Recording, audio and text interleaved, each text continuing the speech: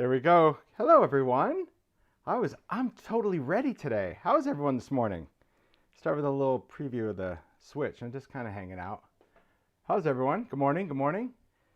It's been well, I always say this, right? Don't I, Mario? That it's always a crazy morning on live because of this. Because a creative brain is just going crazy. How is everyone today? Good? I'm feeling good today. I'm super excited. I can't even stop. I can't even stop with this machine. I'm serious. Good morning. Hey to Italy. Hello, Shell. Hey, Zoe. I'm excited to switch it up too. I agree. Thanks, Diana. You say, well, I love my brain too, but I got to tell you, I wish it would just give me a break on Saturday mornings. That's really what I wish it would do. Because I always think that I could just squeeze in one more thing. One more thing. And I really need to stop doing that. That's what I need to do. So, hey, Anita. Hey, Lucy. You good, Mario? You need a hand? No, okay. We have cords and stuff everywhere. Hey, Mel. Hey, Christina. It is exciting. Sir Stamp-A-Lot in the house, and we are live. I know. See, it's like we're live, and I'm just hanging out, you know, like just, well, that's just how it is around here. I don't even have the neon on behind me. Gosh, what's going on here?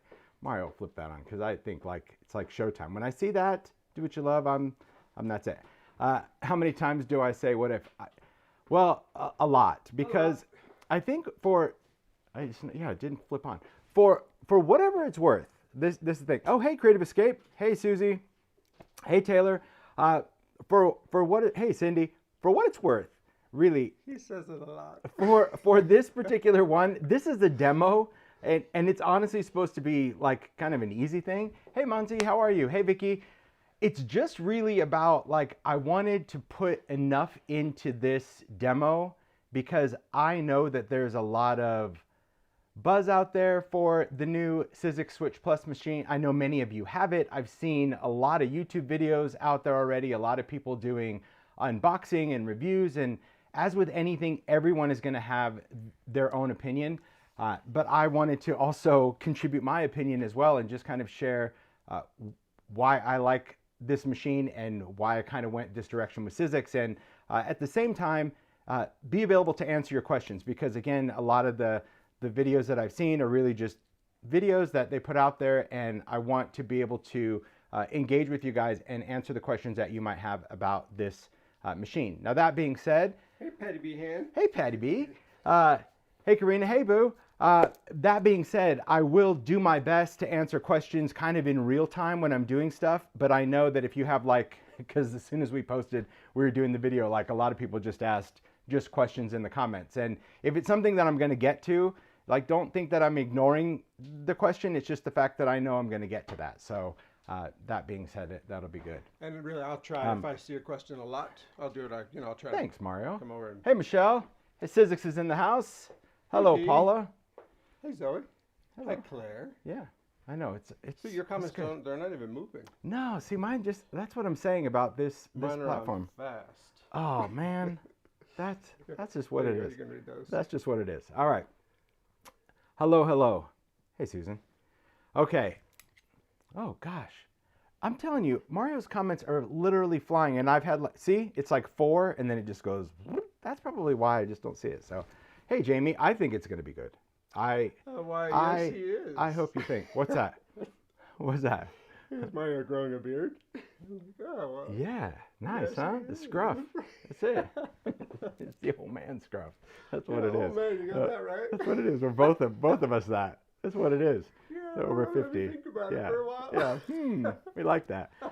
Oh, it's just how it is. So we're gonna switch it up. that's right. We are going to switch it up. Hey, Kath.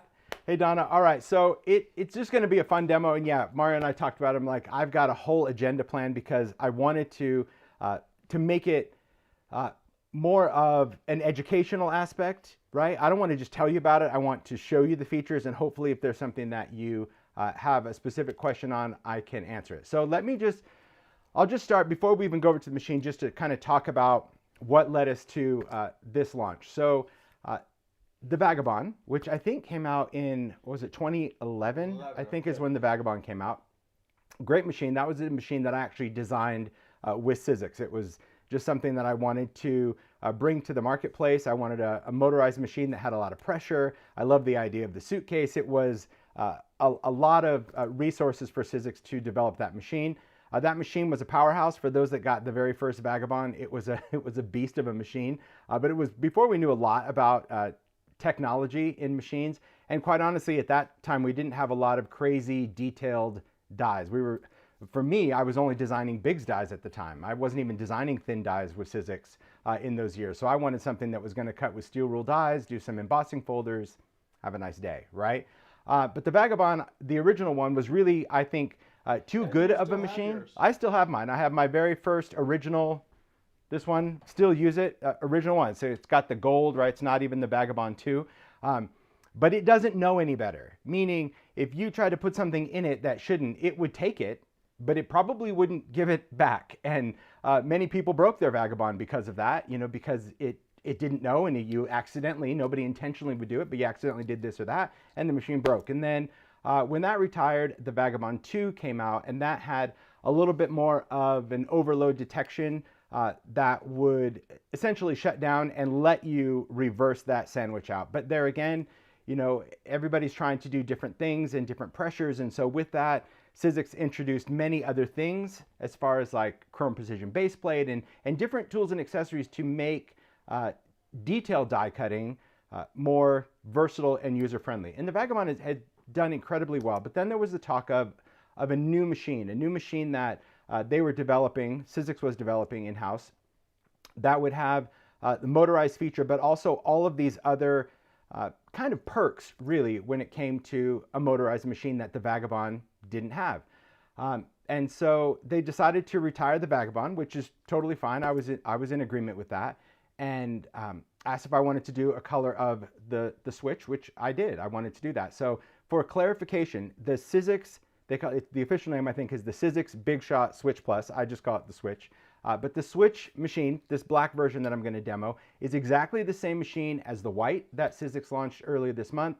I think there is a unique color. Scrapbook.com has, I think, a pink version. Hobby Lobby has a peach version that Sizzix does exclusive for those brands. So you kind of think of it the same way when it came to the black switch. It's just the color that I wanted for the Tim Holtz brand, because as I've said before, and I even mentioned it when we did the fold away earlier in the month, I like all the tools black. That's just what I've done. I like that. I think just as a maker, and not so much even for the grungy side or the vintage side that I love, I just think that is a sleeker looking tool in general. To me, it goes with everything, whether your studio is black or white. And as a maker, to me, it shows less gunk. So, hey, Papercraft Clubhouse in the house as well. Cool. Good to see you, Tracy.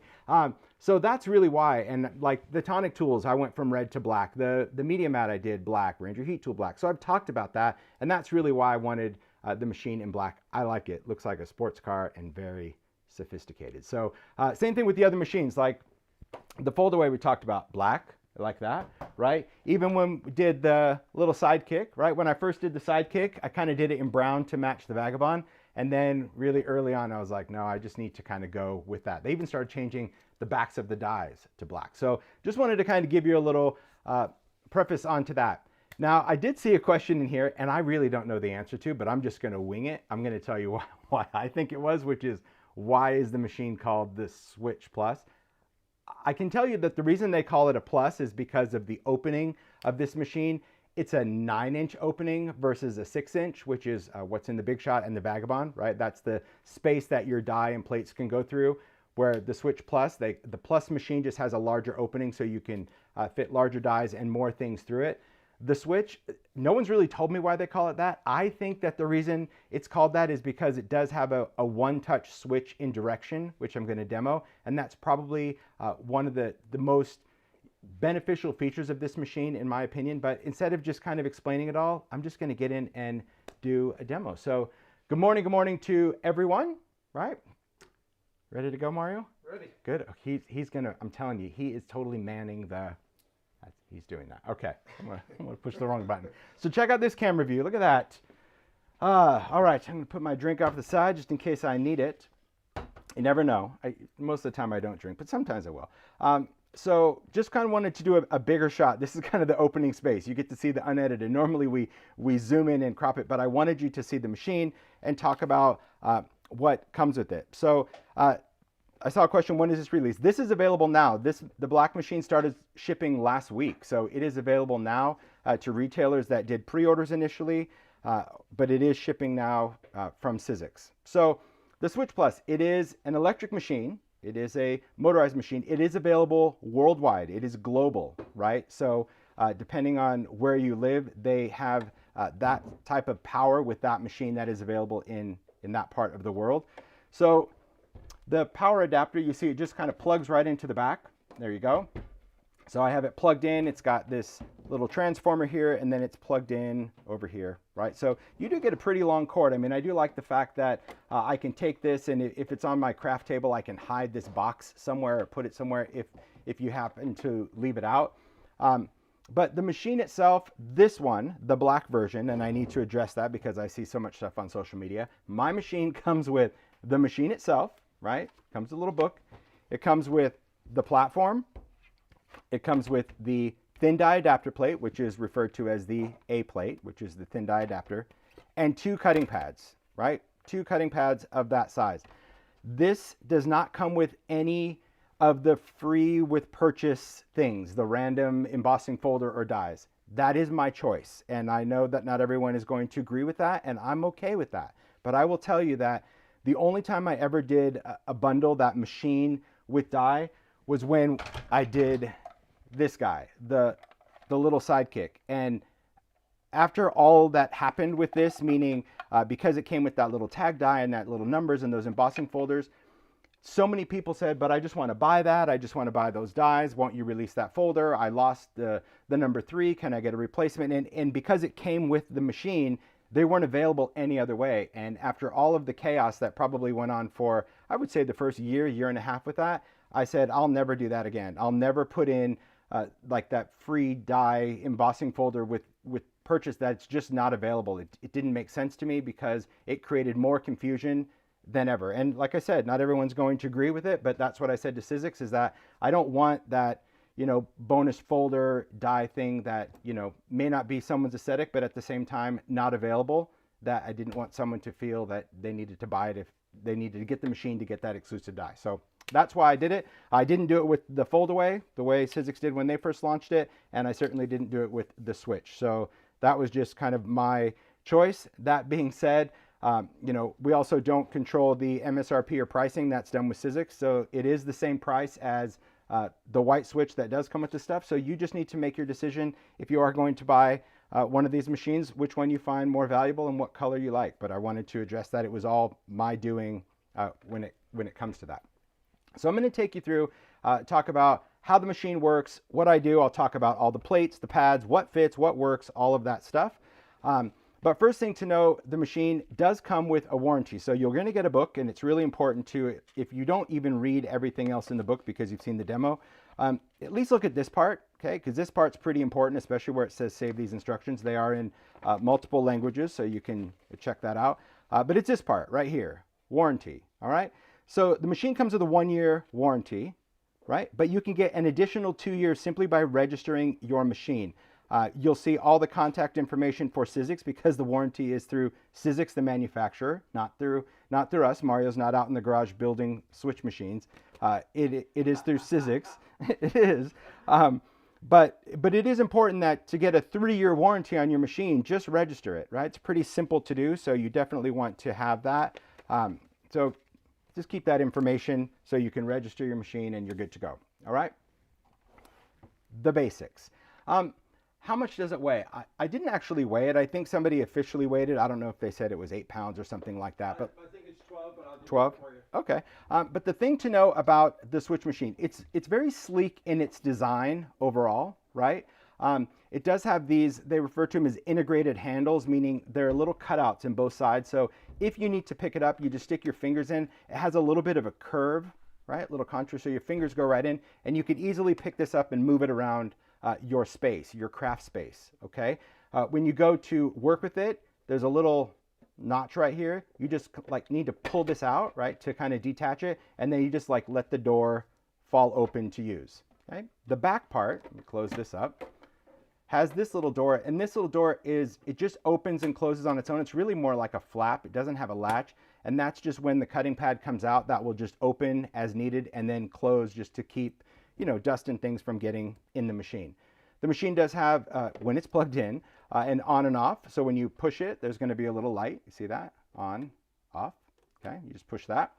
And then you have this button. This to me is the magic button that I feel. This is the switch button. This is the button that switches direction in the machine instantaneously, and that allows for a lot of things. And hopefully throughout this demo, you will understand its purpose, okay? That to me is what you kind of need to really figure out when it comes to die cutting, because some people just have, I think, just a misconception on, is it the best machine? Is it this? Is it the strongest? If you understand the die cutting realm, you'll be able to make your choice as to what's going to be the best, right, for you. Because maybe this machine isn't even your jam, right? Maybe that's what it is as well. When you open this, they do talk about the storage, and if you saw the fold away video that I did earlier in the month, this does pop open where they call it integrated storage, where you can put tools and components. I just don't, because it's going to clunk around whenever you close this, and for me, I just don't want that. But yes, if you wanted to put your tape or adhesive, this does, you have to like pop it open. You'll see. See, I hate that whole factor. But you can put stuff in there and click it close. Maybe that's going to be convenient for you. It's about 18 pounds. 18 pounds. There you go. Ooh, that's strong. This is 18. All right. So let's go through and just talk about the basics of the machine, and then you're going to see it in action. Basics are going to be, it's going to do what all the Sizzix machines do, which is cut and emboss. That's what they're designed to do. What makes this motorized machine very unique, it does have auto feed, which means as soon as you engage the sandwich, the machine turns itself on, it feeds the sandwich through, and it will shut off once you remove the sandwich. It doesn't have an auto off where if your sandwich is in there, the machine's going to shut down. You have to actually remove it and the machine will shut down. The cool part of this machine is that all of these things that you see, right? This is a very large plate as far as the platform, thin die adapter, and cutting pads. These are exactly the same spec as these, the Vagabond, platform, thin die adapter, these, platform, thin die adapter for the fold away, and cutting pads, which means because these are the same spec, you can use this if you have it for your Vagabond and you just happen to prefer this much longer, thinner piece to go through, or these, right? Because you don't want to work with this big platform. You just rather take this small sandwich that you had with maybe your Big Shot, or maybe you had it with the fold away and you want to use that instead. Same with the cutting pads, right?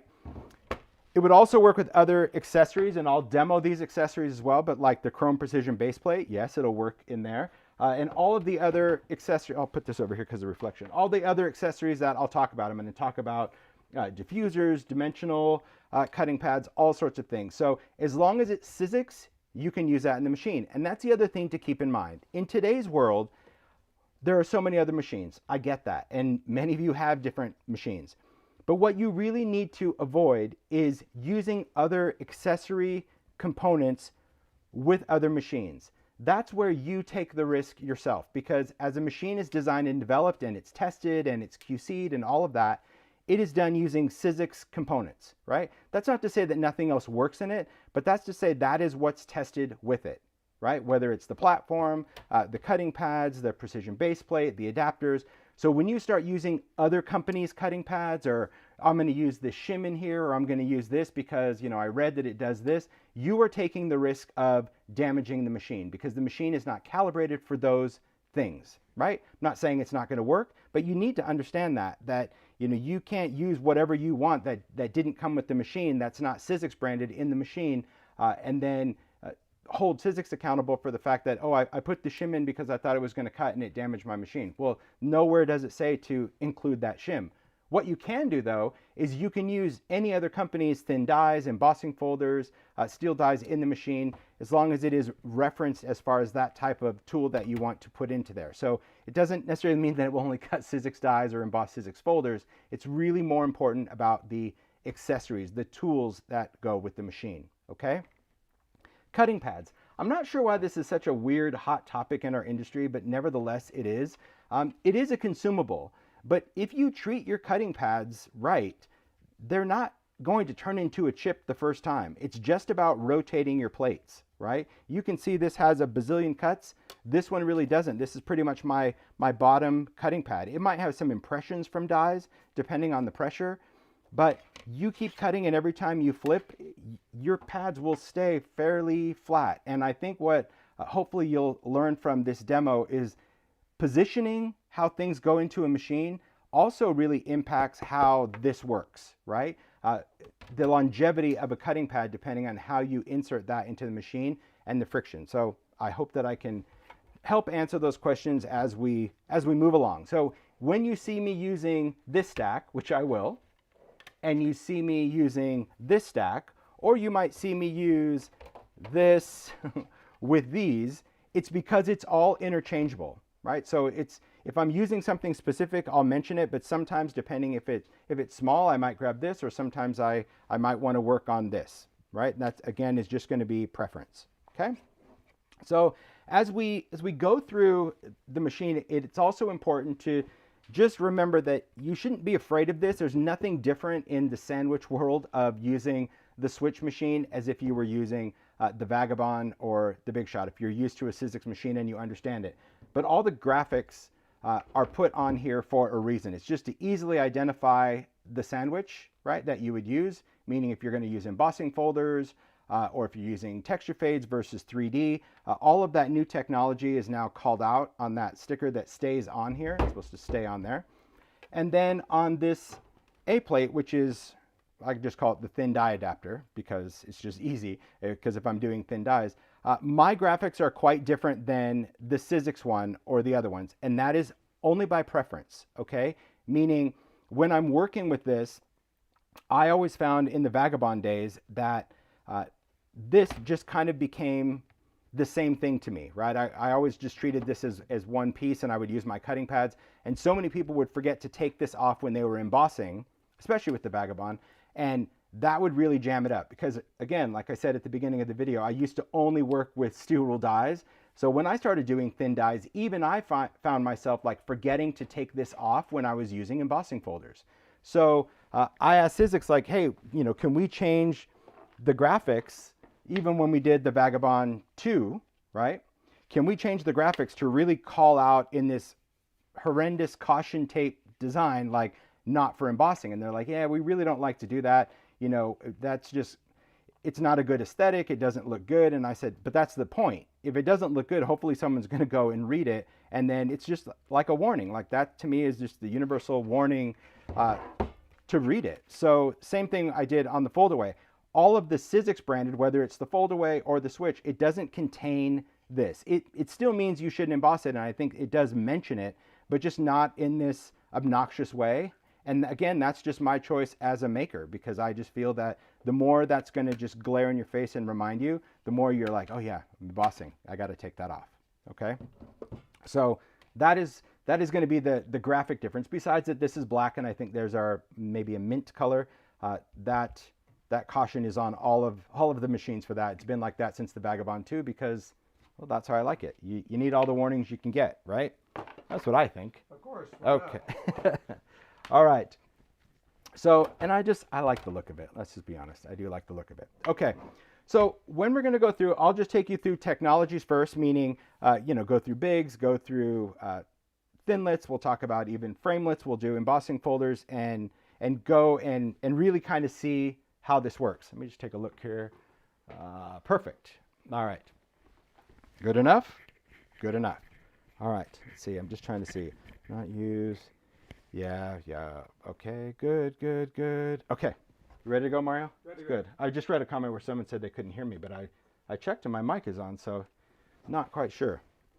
So first things first, let's just talk about pressure, okay? Because one of the things that I saw a lot was pressure, meaning does this machine have more pressure than this? Does this have this? In the die cut world, I think you really need to understand that pressure is good for certain things if you're doing, like I mentioned with the foldaway, I think it's really interesting that the fold-away has significant pressure on one pass, but that doesn't mean that if a machine doesn't have significant pressure on the first pass, it's not a good machine. What you're going to find about the switch is that multipass is going to be your friend, because that is going to allow you to control the amount of pressure, because different substrates are obviously going to cut or emboss differently, right? I like to work on thicker substrates. I tend to work on my distress papers, which go from 118 pound to 130 pound. But like a Sizzix cardstock and most cardstocks like at the craft store usually are around 80 pounds, so significantly thinner. But I wanted to just do a test comparison, right? And so what I did is I took cardstock. So this is watercolor cardstock. This is just kind of show you the substrates I used, just so you can see from my test as far as weights go that I was putting through. The watercolor is 118 pound, that's the white, and the brown, the craft, is 130 pound. So I wanted to test it on thick paper just so you can see the difference in pressure. And honestly, when it comes to this, there's not much difference. I did one pass and two passes, right, in each one, and you can decide. So for example, this is the Vagabond, right? Wrote it on the back before I embossed it, just to know. So the difference between one and two passes, this one's one pass, this is two pass. There's not much difference. There's a little bit more difference when it comes to definition, because anytime you do a multipass, you'll get a little bit more definition. But if you are working on thinner paper, multipass might tear through your paper, right? So I like the fact that, overall, there's just a little bit difference in passes. The fold-away, right? 1 and 2, not much difference. Why? Because the fold-away does have more pressure. It's a manual machine that has more pressure. So when you run something through twice, you're pretty much going to get a very similar amount of detail because it emits one pressure. Okay, that's really what it is. So the fold-away, it's like the difference between 1 and 2 passes, in my opinion. There really isn't much on this machine because it's manual. Then when we get into the Switch Plus, same thing, 1 and 2. To me, this was very similar results to the Vagabond, meaning I got detail here, but a little bit more refined in those lines or edges. Not much difference. I mean, you really have to like focus and compare and say, oh, okay, I see here is a little softer, here is a little bit more refined, but that's only in a multi-pass. So I would say pressure-wise, they're very similar. The Switch is very similar to the Vagabond as far as a motorized machine to a motorized machine versus a manual machine, which, as we know, has significant pressure. All right. So this one, fold-away. There again, you can see pressure-wise, pretty similar, right? I would say detail-wise, very similar in that. I'd say maybe this one's a little bit deeper up at the top, but overall, it's got the same feature. But you're going to see the same results for the Switch and the Vagabond. So this is the Switch, pass 1, pass 2. So see the difference that the second pass just kind of adds a little bit more depth and detail, because now we're at 130 pound paper. So does it emboss? Yes. Does the second pass give you that little bit kind of high def? Yes. But does that mean you have to do both? No, you can just do one. If maybe you're working on a thinner paper and you find your folder tearing, that's kind of cool. But I like the fact that I can do an easy multi-pass with the Switch that I couldn't necessarily do with the Vagabond, because the Vagabond, although you can do a multi-pass, see, same results, Vagabond 1 and 2.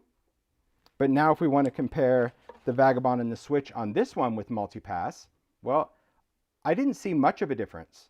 A little bit, but to me, not enough to be like, oh my gosh, this is life-changing. But a little bit more, as it should, because there is technology put into this machine for today's use, meaning when the Vagabond was developed, we didn't have 3D embossing folders. We didn't have, perspective butterfly dies, like large detail dies. We just had, thinlet dies, framelit dies of normal design. But as we get into the industry and we crave more and more texture and design, to develop a machine that has the technology to help achieve easier results with that, that's the significant part. Because the Vagabond, if you were going to do a double pass, you'd have to lift off the Switch, hit it, and then move the other direction. This is one touch and you can do it at any time, which you'll see during the demo. All right? So let's go. Whoop, whoop. Okay, I'm going to, well, I'll try it here just to see, because I mean, I'll show it comes out of the back, but I'm really going to work mostly with the front of the machine just so you can kind of see how how that works.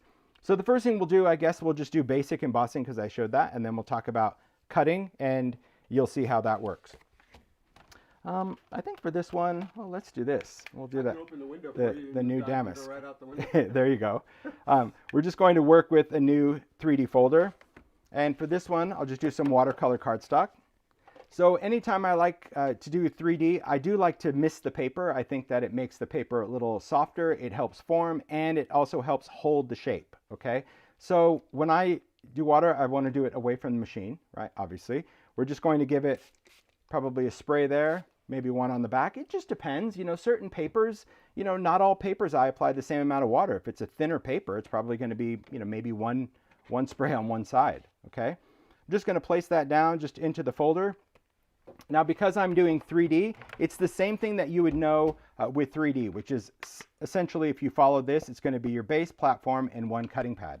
So here you have options, okay? And this is where things really kind of step up for me with the Switch. I like the ability to angle things that I do. And I've talked about that for years, if you ever watch that. I find that if you put something in head on, whether that's a die or a folder, you have the tendency to add so much pressure that it's almost like curling ribbon, right? It creates this kind of dip sometimes in your folder or die. And I always like to angle it because as it's going through the rollers of this machine differ, actually. It's not just one straight solid rolling pin. They have a different level of pressure, and what that's going to do is allow just that pressure to be distributed across the entire thing instead of just hitting it in one place, almost like a brayer or a squeegee, and just roll here. By having something angled, it's going to distribute the pressure, in my opinion, more evenly, okay? So that being said, could I use this cutting pad? No, and here's why, okay? You might say to yourself, "What? But it fits, Tim, it fits." Okay, here's what you need to understand about putting something into this machine. The cutting pads, and Sizzix changed its design with the fold away, but even earlier on with the Vagabond, they have like a little beveled edge. Do you see that? Versus a straight edge. The beveled edge is what allows the rollers to kind of grip and then open up to the sandwich. And I'll talk about that even when we die cut. Meaning, when something goes into the machine, you have to give that roller something to bite on. Okay, just think of this as like a mouth, something to bite on before it can open its mouth to take it, right? It's like, I don't know, it's like putting a hamburger in your mouth.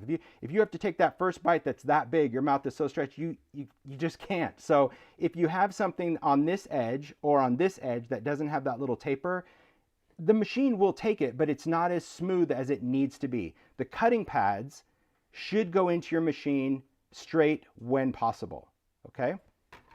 That being said, I'll use my embossing one. This is the one I cut into. This is the one I kind of emboss with, and you'll get some pressure. So this allows me to angle my folder, but now my cutting pad will be straight. So that in mind, do I put my folder right up to the edge? No, because look at how much that machine's going to have to try to grab. That's a lot for those rollers to get, right? So what you always want to remember, and that's the benefit of having a much bigger work area. You know, I don't like working on my machine. I know some people just actually like to treat this as a work surface. I don't consider that a work surface. I consider it just leverage for the sandwich. So I'm still going to always work like on the table. Does it have to be centered? No, it doesn't have to be centered, but just don't put it right at the end, right? Give that machine just a little bit of chance to open up to take it, right? So the light is on. That's how you know that there's power going to the machine. And you're simply going to hold your sandwich. You're going to insert it into the machine, and I'll let this take it, but I'll show you. It turned on. Can you hear it? Okay, now it's off. Okay, it's on. Once it takes it, you can just let that go. It is going to come out the back automatically. But the cool thing is, listen. Once I heard that pressure lift, I just got to touch the switch once, and it switches directions instantaneous. That is one of my favorite features about the switch machine, is the ability to switch and get this right back and remove it. Once I removed it, it turned off. If I left it in here, hear it?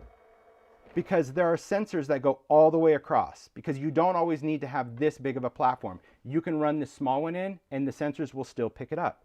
So I do love the idea of being able to switch that instantly, right? Whether that's a full pass or a half pass. If you if you don't, like let's say, because it does take a little while to kind of get used to the sound of the machine, because the machine, once it gets pressure, you'll kind of hear it kind of rev down a little bit, like that's the motor really hunkering down on this to give it pressure. Once you hear the machine kind of lighten up, the motor will just kind of have a little higher, and it's not a loud machine, but you hear the motor. Once it gets a little lighter, then you can switch directions because you know that the pressure part has gone through. If you miss that part, let's say you go all the way through and you miss it and you touch it, it won't know to switch directions, right? It just thinks that it's done, and you just take the sandwich out of the back and you're good to go. So I'll do another one just to show you what I mean. But this is just going to be that pass. I mean, and look at the detail of that. Again, down from the ripples to all those tiny little pieces inside. Great detail and great pressure with the machine, right? And you saw that, you know, between 1 and 2 passes, is it extreme? No, but I do like the fact that I have detail. Now, 2 passes of a thinner paper might shred, so I like the fact that I can just do a single pass. Let's just do another one. I'll take some craft, and we're going to get into all sorts of different things because I already agreed that I'm just going to do a demo, meaning I'm not just going to do shortcuts, because most of the time when it comes to die cutting, I do a lot of my die cutting like off camera because it's basic die cutting, but I think to see it, you'll get it a little bit more. So again, I love the ability to angle this. That's just a preference, something I learned from the engineers at Sizzix long ago about even distribution, and it was Kevin actually at Sizzix, and he just kind of described it as like a car going over a speed bump, right? Think of the roller as a speed bump. If you drive over a speed bump head on, your front tires go up and they pop down. And then you go and your back tires pop up and pop down. So the pressure is just like once, twice. But if you drive over a speed bump at an angle, it's like 1 tire, that starts rocking. 2nd tire, your car is rocking. 3rd and 4th, you're getting that motion the whole time. And it's very similar to the roller, that the roller, instead of just hitting this and then jumping off of it, it's literally just staying in there, constantly giving pressure the whole time. It doesn't move back and forth like that, but you get the idea. All right. So here again, sandwich, 1 cutting pad. I've got paper in there. Just going to put that in. You'll hear it turn on. Once it takes it, you can just let it go, right?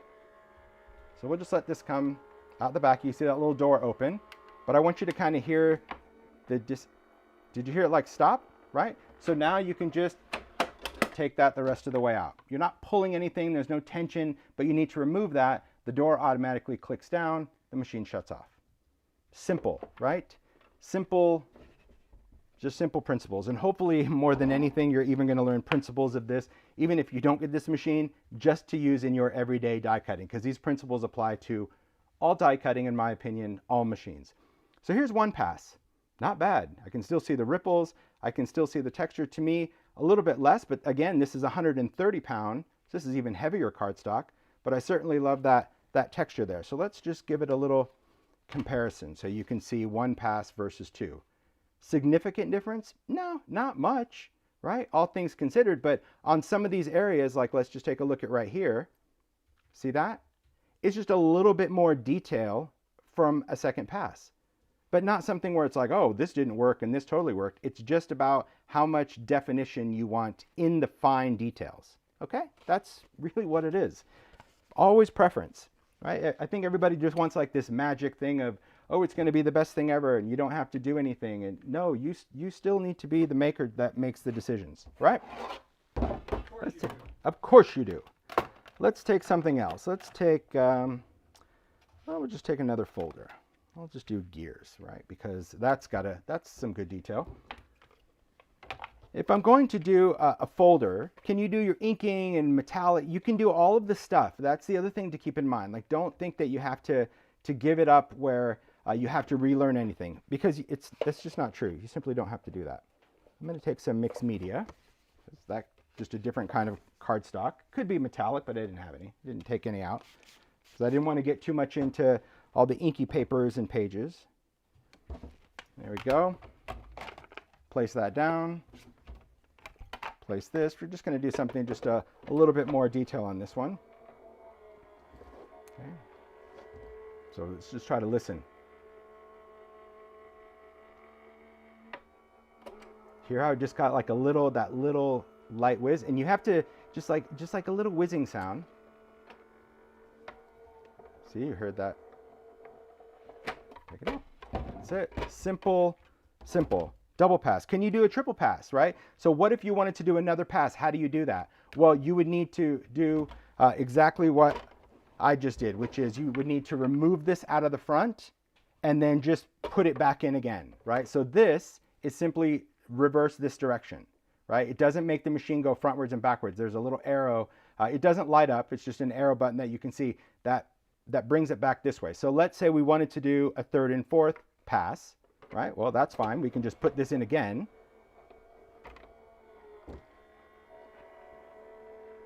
We'll listen for it. Here, get light. Touch that. One touch switch. Just switch it back. Yeah. I love the switch because it's like an instant switch direction. I think that's the best part. So we're going to take that out. So now we've got 4 passes, which means it's pretty intense. I mean, you can see that's like it's in this folder. I can take that out. But incredible detail, even down to those little lines, right? All of that cool detail in a folder. Embossing, debossing, great. So multipass is really up to you. So that's kind of the first thing that I love about the switch is the switch of direction. It's a one-touch switch of direction that you're going to see is very useful, not only for embossing folders, but also for dies, because multipass is what you kind of need to understand more than anything. All right, but let's just talk about technology beyond just embossing. Okay, next we're going to talk about dies, because it's like, well, okay, but does it cut? Well, I hope so. I mean, it's what it's supposed to do, but it's also about the dies cutting, right? The dies are the one that's supposed to cut. The machine is just supposed to be the tool that allows you to do it. So because I'm going to use dies, we can use this big platform. But instead of doing that, I'm going to work with this one instead, because I've got some dies that'll fit on the smaller one, just to show you that it does in fact work with the other platforms and cutting pads. Okay? So here we've got, this is just a brushstroke floral, pretty big dies. I've got some detail ones to share with you as well. But I'll take this big die. So same sandwich that you would normally use. So we've got that. There's our thin die adapter. This one just refers to it as an A, but color-wise, it's going to be exactly the same. So what you're used to, if you use any of the other machines, whether it's the Foldaway or the Vagabond, you're going to be used to those graphics. Okay. So then we're going to talk about die position, because I think that's the other important thing to understand. And quite honestly, I never paid attention to this, but it does make a difference, right? And this has been on the Foldaway. It's the same thing on the Switch, but when I saw it, I'm like, wait a minute, this seems a little weird. Okay, if you're cutting a shape die, right, that's just going to be something that would have a detail to it.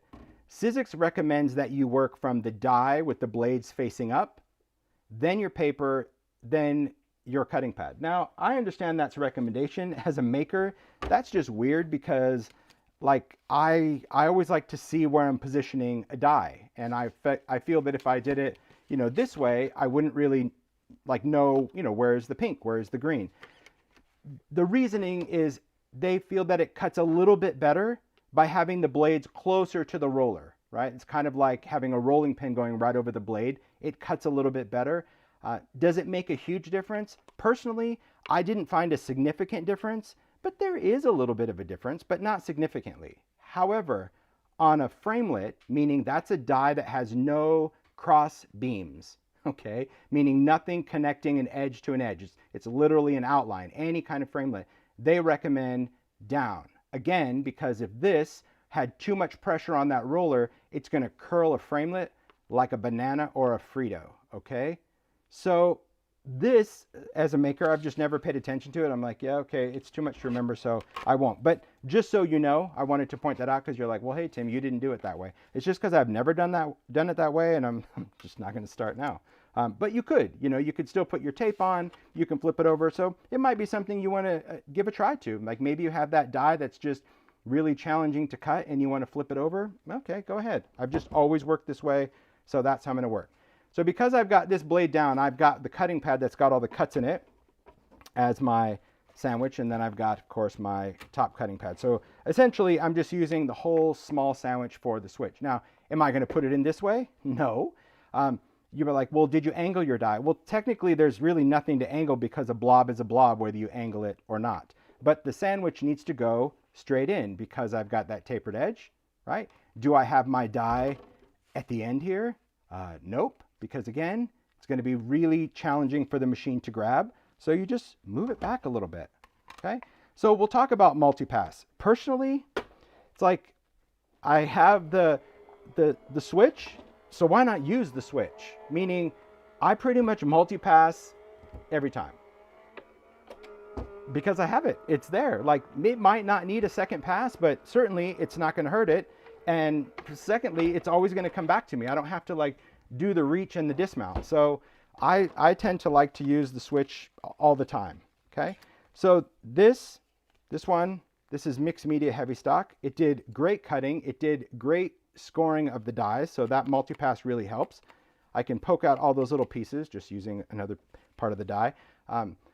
Sizzix has some great tools. I use a die pick quite a bit, but you would laugh if you heard Mario and I when we're die cutting, because it sounds like it sounds like a slot machine. So we normally take a cutting pad or a table and just do that, and now all of our pieces are out of the die. Maybe you guys do that too, but that's pretty much our dismount trick. Those are all of our pieces, right? Now you may still have something that doesn't come out, right? That is part of the cutting part that you need to get rid of. Well, then that's where the die pick comes in handy, or you can just keep doing that. Again, probably not something Sizzix recommends, but I like it. And you can hear it when you hear that loud tinny sound. Oh, see, Carrie's like, she does a throwdown too. I just like that. But you do want to clean out your dies. That's the other thing. If you ever have paper in there, don't think, oh, I don't need to clean it because it's not cutting anything important anyway. You do, because you're going to change the whole overall pressure of it. But I love the pressure of this machine because, again, that multipass. This is what I'm kind of letting you know that, does it have more pressure? No, you saw the comparison. But the fact that I can multipass pretty much every time and switch that direction, I like that I'm going to get cleaner cuts. I'm going to get deeper emboss lines. So that's what I like, really. And I love just cutting out of paper. So even on the small one, so you can see, we got that great detail. Everyone loves a dismount, and a lot of people do it. Well, listen, the whole point of this demo is just to show you what I like about this machine. That's all. It's not to sell you on something. At the end of the day, anytime you have any craft purchase, it's a huge investment. And if what you're seeing, you're already achieving with the machine you have, regardless of whose brand or what it is, then that's perfect. Okay. But this is what I like about the machine. So let's say we have some longer dies. This is where I think a lot of people get into trouble, right? Because they'll take a die. I'm going to take this one. This one's not clean. Look at that. I blame myself. I'll take that. Although usually I like to clean them out. All right. So if you have a long die, let's say we're going to cut a couple of these. Okay. The challenge is that usually people try to put them into the machine this way. And if you remember nothing else, that would be, please angle your dies. Now, sometimes you have full ability on a smaller platform to angle dies, okay? But if you have larger dies, so let's say we had something like this wildflower that has a repeat, okay? If an angle gets too close, or especially like perspective butterfly, because I have that one too, right? That's a massive die, right? You try to angle that, you're really going to run out of space. So that's why you jump back to this. So the switch comes with this for a reason, and I find myself that if I'm doing larger dies, I'm going to work at least with the platforms. So now we're going to talk about the platforms and the cutting pads. Okay, not trying to confuse anyone. I just want to show you that you don't have to overthink this and think, oh, I can't use this. Can I do this? Yes, yes, yes, yes, you can. Okay, so let's say we wanted to do these flowers. Now, for the most part, I don't find these flowers overly detailed, like perspective, so I think it's just going to work just fine on the cutting pad. I've got some watercolor cardstocks. This is 118 pound, okay?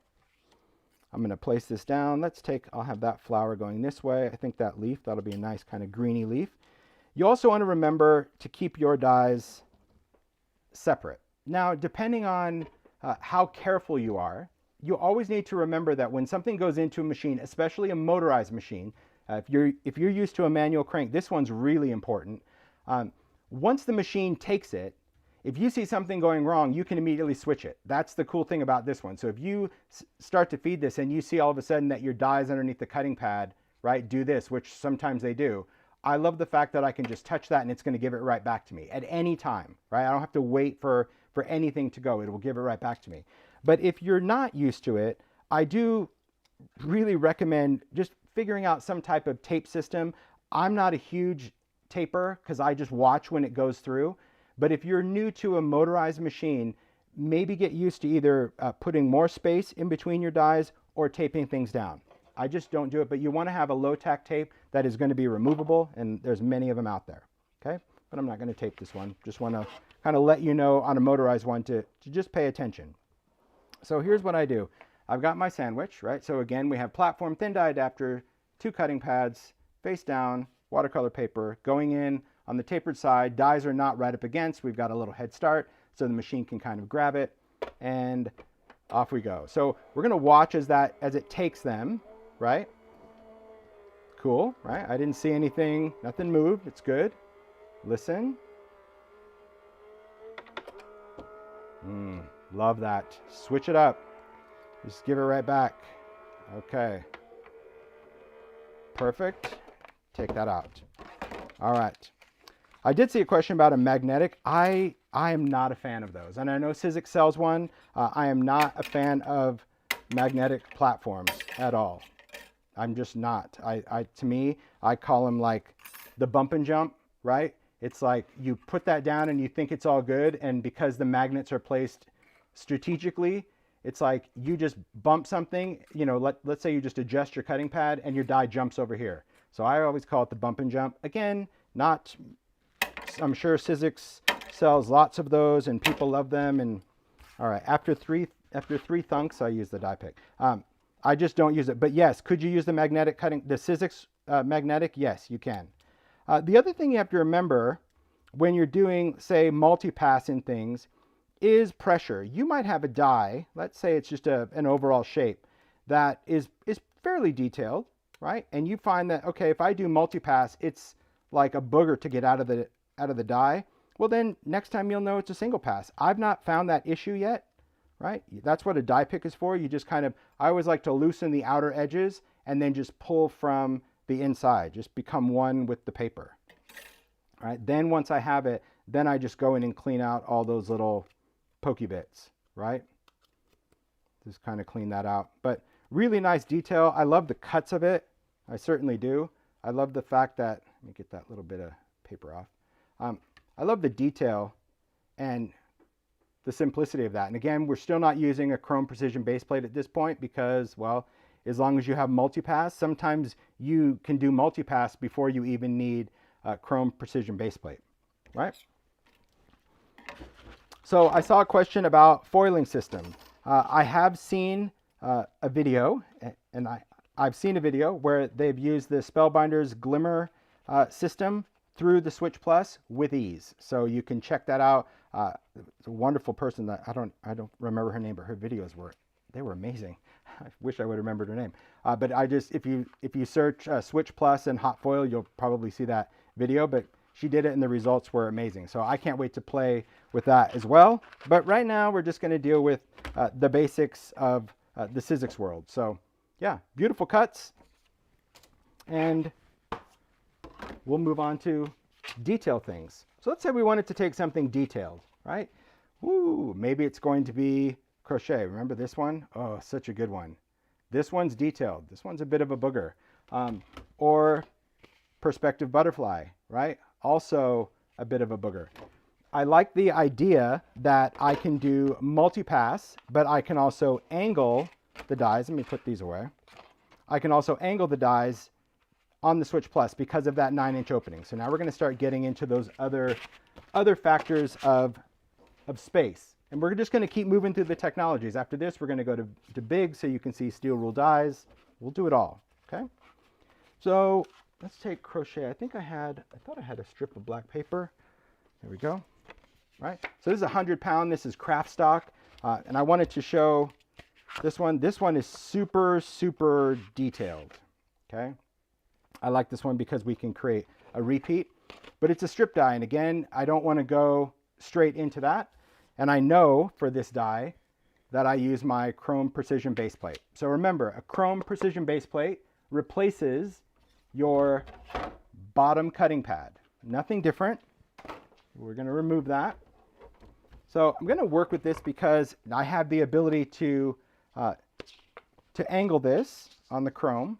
Right, I'm going to place that down. You could tape it, but I cut the paper big enough that I can kind of see that it's still going to be able to take that sandwich. And I'm just going to use, just move that over here. There we go. I'm just going to use the top cutting pad. Could I use the smaller one? Yes, you could.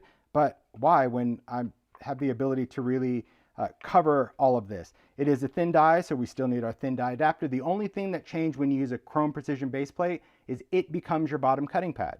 That's it. It just becomes that.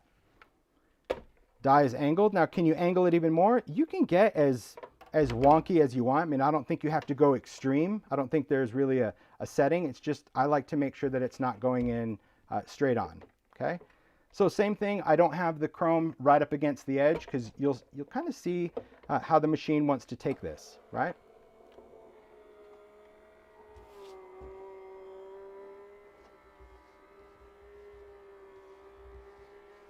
We don't want it to hit the window.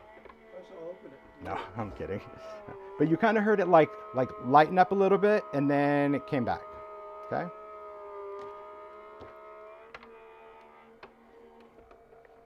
There we go. Chrome. Look at the back. I say look at the back because if you see that something didn't cut, this gives you the opportunity to run it through again before you take it out and have to line it up. But if you can see all the cuts through the back, you're good to go. Now this particular die doesn't cut the ends because it is designed to do a repeat. So if I had, say, a 12-inch piece of paper, I could have started this on the end, right? Done a cut, removed the die, position the die right here, and you can create a continuous piece of this lace depending on however long your paper happens to be, okay? So that's why you'll see when I lift this out, the paper is still in there because, again, the die is not designed to cut on these edges because we want it to be able to create a repeat. But as far as this is concerned, you can do the little flick, you can take your, little die brush and do whatever works for you, but you can see the cuts, spectacular, really. Even those little pieces, right? We can take the die pick and you can just pop those out, right? Everybody has their own little tricks of how they like to clean out their papers, but you can see that the cutting is great. Why? Well, precision base plate, obviously for one, because it's super detailed. Two, the fact that multipass just becomes, I don't know, just almost routine now. It's almost like a guaranteed cut, in my opinion. So that's really what I like. And then just clean out this die with that little brush. I tend to use this to clean out my die. It's not bad. Good, good. This, yep. All right, nice. All right, a couple little nuggety bits there. Okay. So that's detail cutting. And it would be the same whether we do that. Maybe I'll even do a little perspective butterfly. Let me get these pieces out of the way. Okay. There we go. There we go. There we go. Am I to understand that if you use a chrome precision base plate for that particular die, you must always use a chrome precision base plate? That would be correct. That is what Sizzix recommends. And to me, it's actually logical. Like, if you need a chrome precision base plate to cut this die, why would you not need a chrome precision base plate to cut the die? Right? So to me, it makes sense. I mean, some people got weird, well, that means my die is ruined. Well, no, it means you needed to use the chrome precision base plate to get it to cut. So why would you not next Tuesday? So yes, I would say that if that die needs a chrome precision base plate to cut, you would always want to use that. So, everybody has a different system. I can just remember I can look at it in detail and be like, ooh, that's going to be chrome.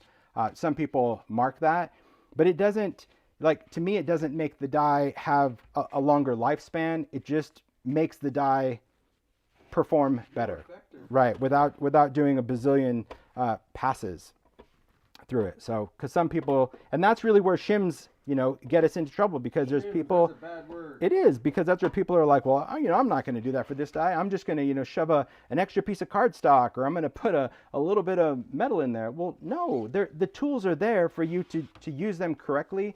It's just when people try to create these hacks and then they blame the machine or they blame the die for not performing. It performs the way it's designed to perform with the tools that it's designed to be used with, right? So let's use perspective, okay? Chrome for more detail. Yes, chrome for more detail because more detail is more blade, right? More angles. Because if you think about it, the die cut world has evolved. You know, we've gone from, you know, balloon shapes to, you know, detailed butterflies, large things as well, large things that require more passes and more pressure. And so the chrome just is going to kind of guarantee it. Why wouldn't you use chrome all the time? I wouldn't use it all the time for all dies because there's just no point in that, because if your die doesn't have a lot of detail, this is going to provide too much pressure, because detail means cross beams, right? Means all of these intersecting things to a die. If your die doesn't have a lot of these intersecting bridges that make this die more rigid, believe it or not, that too much pressure is going to warp the die. So like if you did this with a framelit, like an outside circle, forget it. That die is a banana because it's too much pressure. So that's really when you use it for your detailed dies, because it's going to give you just better results overall. You're good. Right? Was that? You are good. Well, hey, thanks. I try. But I answered this with confidence because I questioned it like a 5-year-old. So your questions I don't consider silly at all. I'm right with you, because I was the same way. I'm like, well, my gosh, if the chrome plate is great, I'll just use it for everything. That just makes it easy. I don't have to think about, you know, when am I going to use it? When am I not going to use it? And they're like, yeah, but no, you know, that'd be like always putting something in turbo because you can. Okay, I get that. So I'm going to take, this is watercolor cardstock. Wish it was inked because this would be amazing. We're going to take our perspective, right? So a perspective butterfly is a pretty big die, and it's going to go on that chrome precision base plate. And normally, for those that have a Vagabond or a Big Shot, like our ability to angle this one it's a little tricky, but it's doable, right? So because you can still just have your paper and just angle the die just a little bit. But I do like the fact that I can angle this because of that bigger platform and run through it. So just like I did, here we go. I've got, again, just like how we did the other one. Let's work on the table. Why am I working in midair? I'm going to angle the chrome. That's going to give me, to me, a better angle for the butterfly. Always clean off your cutting pads, right? If you have like little paper nuggety bits, clean off your cutting pads too, right? If you did a cut and this, because these are kind of staticky, and you have paper that's there, clean them off. Don't run it through your machine, because that paper could then go up inside the machine into the rollers. So, you know, also pay attention to what you're putting into the machine. So let's look at the cutting pad, right? So you can see I've used this quite a bit. It has a slight bow, and that tells me it's like, okay, this is the direction it needs to go in next. You go where that bow is kind of over the top like a dome. That's how you keep your cutting pads flat. You flip them around each time. If you're like, oh, I'm just going to keep cutting on this side until it looks really bad, then I'm going to flip it over. That's how you get warped pads that never bounce back, right? You just flip it over. You clean the paper off with your hand. You just flick off the paper. You don't want any things, you don't want any little paper bits left on there. All right? So there we go. Again, just to check on our sandwich. Here, here, here, cutting pad, this, not all the way to the edge. And we're going to do perspective. Okay? Yes, yes, yes. You hear it? It's like, this is the massive die. What are you giving me? I'm not this hungry. See? Got a little happy. Give her a back. It's like, oh, I don't want to eat it again. That's what I think. I think my machine has personality. You know, where it's like, not again. Right?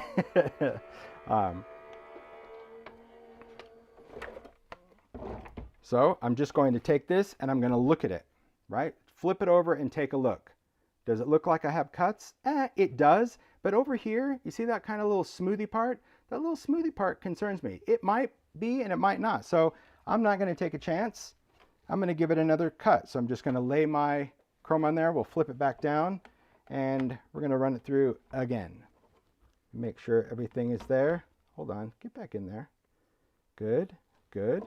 And you want to make sure, you see these plates? You want to make sure that this is all squared up. This is on you to make sure that these pads are squared. If you have this really angled or really offset somewhere, that's not going to be good for the machine, because as the, let's just take this way.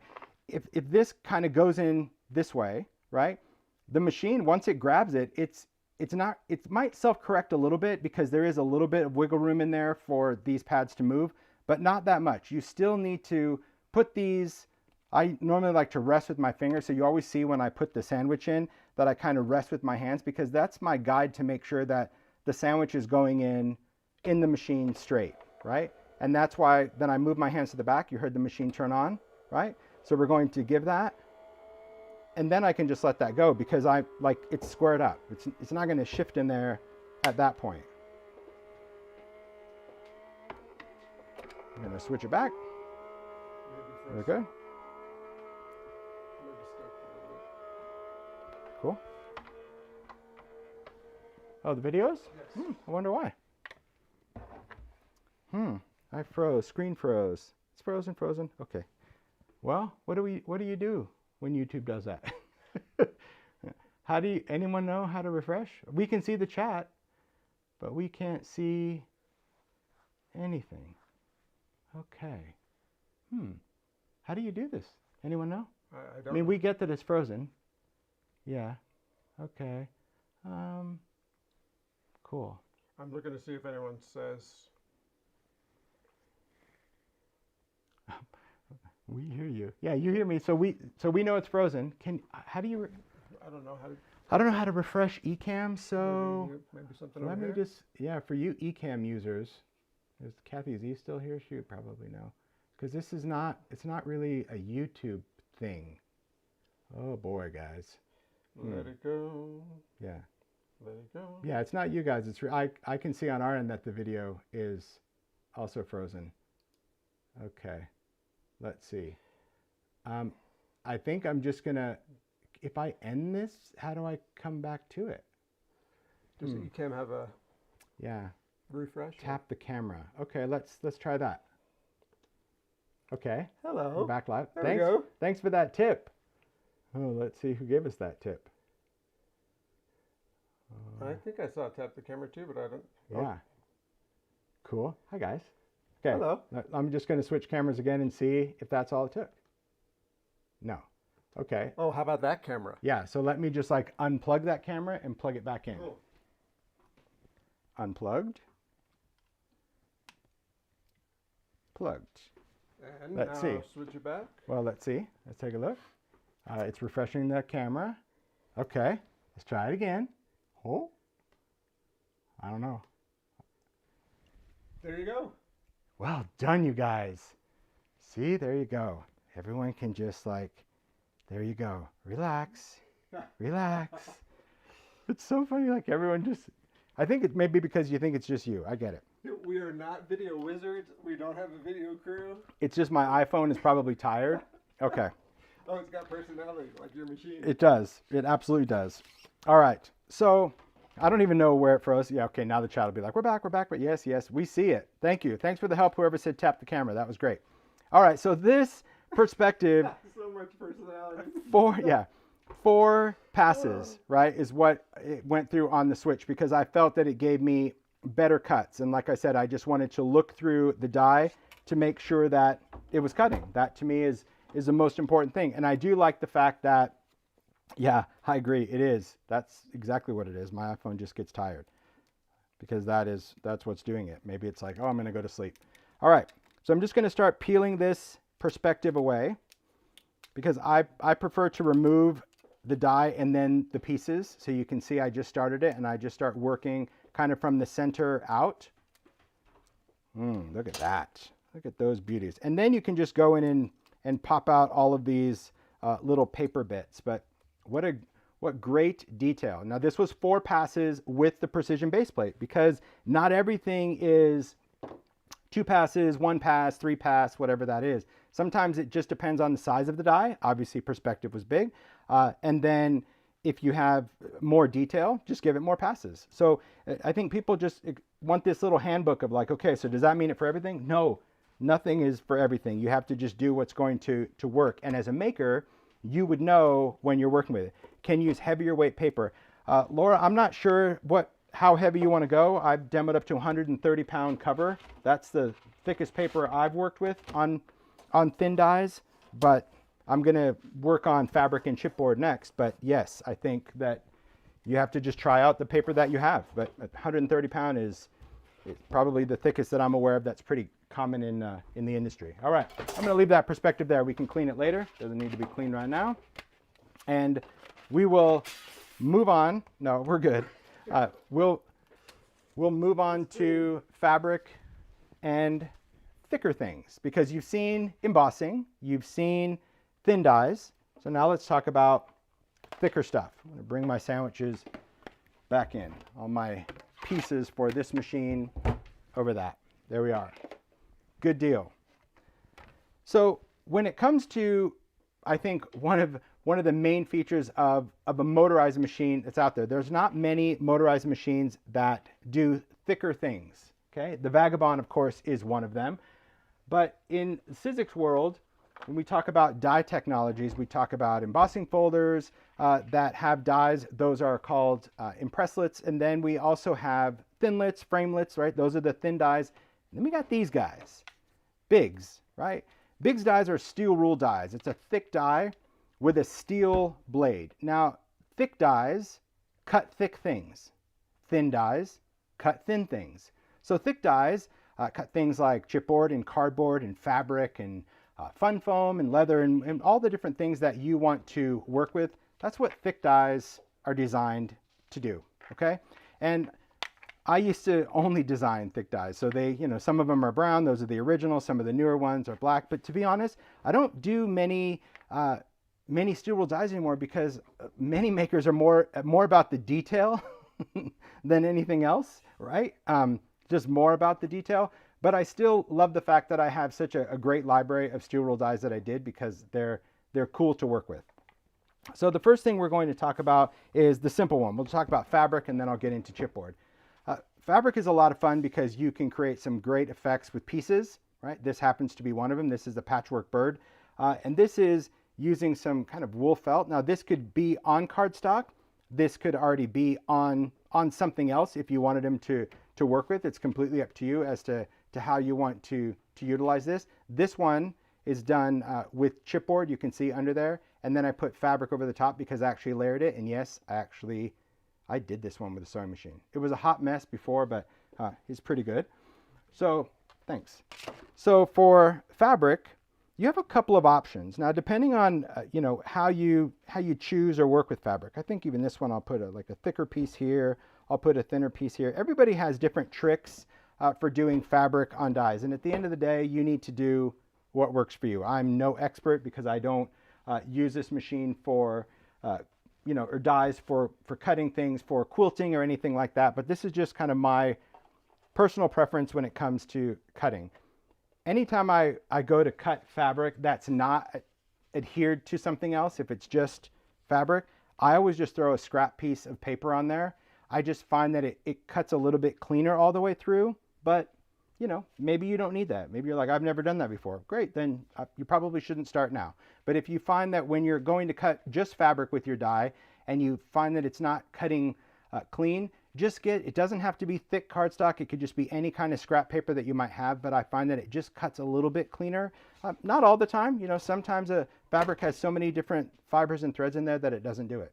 So when it comes to a Bigz die, it doesn't require any platforms at all. No platforms, no adapters. It's just the die itself, and you put it in between two cutting pads. Now, if you're new to the die cutting world and you think, oh, all these adapters and stuff are complicated, you really just have to think of the overall thickness of a sandwich, right? It's just always going to be a sandwich. It's never a club sandwich, okay? So anything that you use, whether it's Bigz or an embossing folder, you're never making a club sandwich to go in there. It's always the same sandwich. And the difference is that these pieces, when you have the cutting pads, are going to be pretty similar to the thickness of what's inside here. You see that? That's kind of what's making up that difference. So it's not really as confusing when you're working with it. It's just about taking that and putting this through the machine. So same rules apply when I'm working with the Bigz. You can do the small one, or if you want to angle your Bigz, most of the time when we design a Bigz, we angle the design in the square, right, to go through. But if you wanted to angle it, could you use these two bigger cutting pads instead? Yes, you can. Okay, totally up to you. So it's just going to be the 2 cutting pads. We've got our material. I like to work with from the back and blade up into the cutting pad that has the blades, and we go. Okay.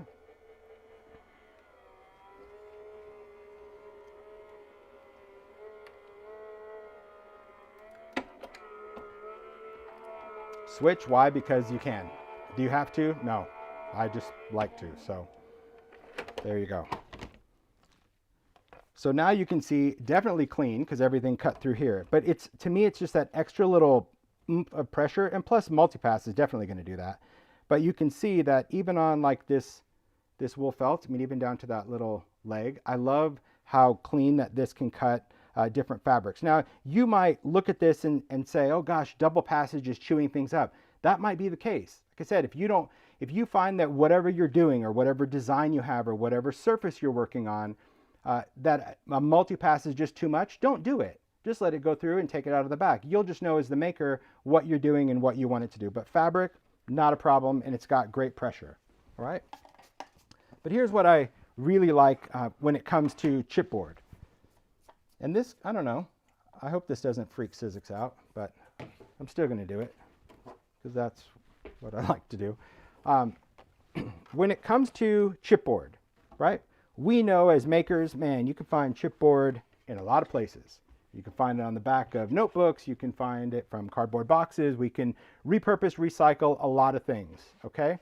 So here, this is pretty thick. I don't necessarily have a mill, but you can kind of hear that it's a thicker chipboard than I think what's on the back of my notebook, okay? Not every detail is going to cut through thick chipboard. And here's what you need to understand. When I say not every detail is going to cut through thick chipboard. If a die has too many little ins and outs, the die will cut it, but you won't be able to get it out of the die as chipboard. It'll literally rip off, and you think, oh, I thought this was supposed to cut chipboard. It did cut the chipboard, but you've embedded this into a die where you can't actually lift it out. So think of like a clock face. I've done clock dies like Timekeeper with a lot of detail as a steel die, and when you cut something really thick, it cuts it, but then you can't get it out of the die.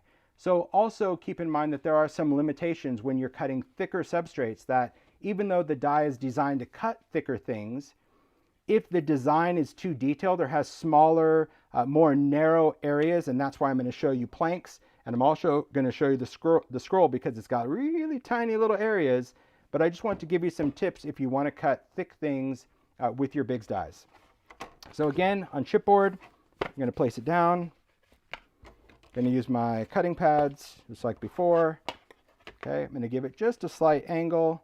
It doesn't matter if this is coming out of the back. You can see that my die is pretty central. There again, we don't want this right at the beginning because there's like the machine can't bite onto this, right? The machine has to just start with its mouth closed and just slowly open.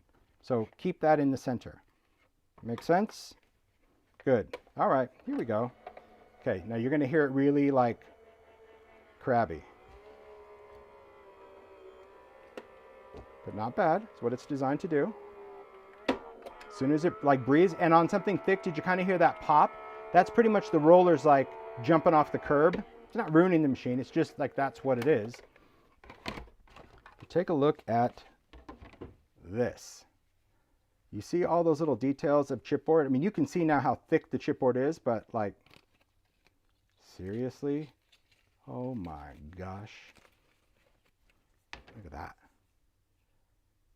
That's some kind of cut. That's just, I mean, you could see on that, all those little detail blades, even those tiny little ones, even those little notches, cut clean through. That switch, the switching the direction, that's when I said, you know, why I like the switch machine. I didn't realize how many times I do multipass in my Vagabond because it's just been so automatic that I, you know, hold the button, it goes through, then I let go of the button, turn the thing, go the other way. The fact that now just becomes like, essentially I just want the die back, so I just switch. That has just been kind of creative convenience for that. But we're going to take that same chipboard and now we're going to do something that is not as linear, right? Something that has a little bit of a little swoop, a little detail. See how that goes, right? Okay. I'm going to place this down, cutting pad on top, a little bit of an angle. Now, as long as your angle, Like, let's say we wanted to angle the die and your substrate came out. As long as you have space in your machine, that's not going to be a problem because we have that 9-inch opening. So if you feel that you want to angle it and it just kind of kicks out a little bit, that's another benefit. I usually like to feed this right into the center of the machine anyway, but you can tell on my cutting pads, I always talk about like how I feed it in the machines. You'll always see my hands like this. This is kind of like the little side rails, right? Because we want to make sure that everything is squared up. It's meant to do that. You can't just chuck something in there and just think that the machine is going to know better, because it doesn't. There we go.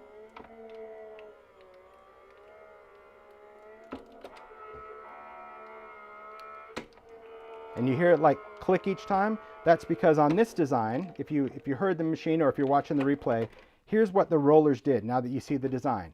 It started, bogged down for pressure, lightened up. You hear like a click because now the rollers kind of aren't pressing down as hard. It's like getting a little break, and then popped up. So those little pops, depending on the die, because there is a gap, that's what's allowing those rollers, the technology in here, the rollers know when to apply more pressure and less pressure. We didn't hear it on this one because as this went through, it was pressure all the way, right? Somewhere along this die, there was pressure the entire time. There was never a place where there was zero pressure, because even here, there's still going to be pressure on this side. Does that make sense? So if you have a die that has a space and you kind of hear that pop, don't think that, you know, something inside the machine is crumbling apart. It's just those rollers doing what they're supposed to do, okay?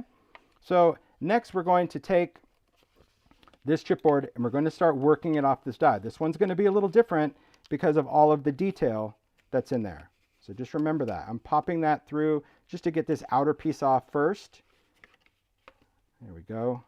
Because see, like they want to stick in there and I don't want to rip that. So I want to get it through the window. It's like that game as a kid where you had to put the block through the right shape hole. There we go. Okay, so this one cut, rightfully so. There's not too many little swirls, but great little detail even down to that. This one's got a little bit more dynamic going on. So we've got this area here, we've got this, but we've got these two little curly cues. And this is what I was saying about when it starts to get really detailed, it cut it clearly. That's why I wanted to remove this, to show you that the cut it made is incredibly clean. And sometimes there are certain designs that I like the negative, like this, because it's such a thick frame. That's really cool to have. So I could cut this and actually have two frames. So when we designed this die, I didn't want them close together because I thought, well, that would be cool that I could slice this and have two negative frames. But in here, you can see that it cut it, but the die doesn't really want to let it go. So you kind of have to go in, and I know people are probably going to start with grunge board because that was the intent of grunge board. Like, it was so robust that you could essentially just pull this out. Chipboard's not as forgiving. So I just take my die pick and I go from where it's lifted and I just start kind of working this out of the die. You'll just see, I'm trying to do this on camera, but also be able to see, and I don't know if I'll be as successful, but I'm just lifting underneath with the die pick. Can you guys see that? Just following underneath that material, following, Mario. Right? Go all the way around here to the end and pop that out. Now see, look, I didn't get all the way underneath. I'm not too bothered by this, but I am going to take this out of my die. This I would just cover with paint at this point. But one other trick that you have, so let's say you have chipboard that is doing this, and if you're going to do inking or painting, sometimes if you base coat it with a little bit of acrylic paint or gesso, you're going to get a little bit more stability in these pieces, but this is what you have to watch out for. So to say that the machine didn't cut it is untrue. It cut it. That's proof of it.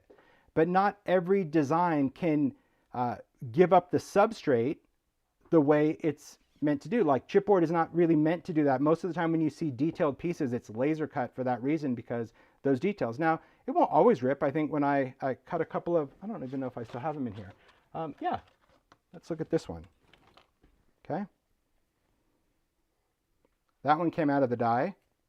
that one didn't. So it's not always. I think it's really just more the patience. This one I had more patience and I was able to actually see what I was doing, but you can do that. Now, other tricks to this, you could put other things under that die first, like wax paper. I saw somebody leave that comment as well. Wax paper is a pretty cool hack that you can lay on your die before you put your chipboard. Sometimes that helps a release, right? I wouldn't do anything sticky, but wax paper or deli paper is a great barrier because it does give a little bit more slip and slide to take that out. So those are steel rule dies. I think it's pretty great to see an electric machine handle the pressure of not only just a steel rule die with paper, that's a given, and it can do several sheets of paper. I don't know, maybe 7 sheets of cardstock. It just depends, because I don't think you can quantify the amount of paper, because it depends on the weight of paper, of how many sheets.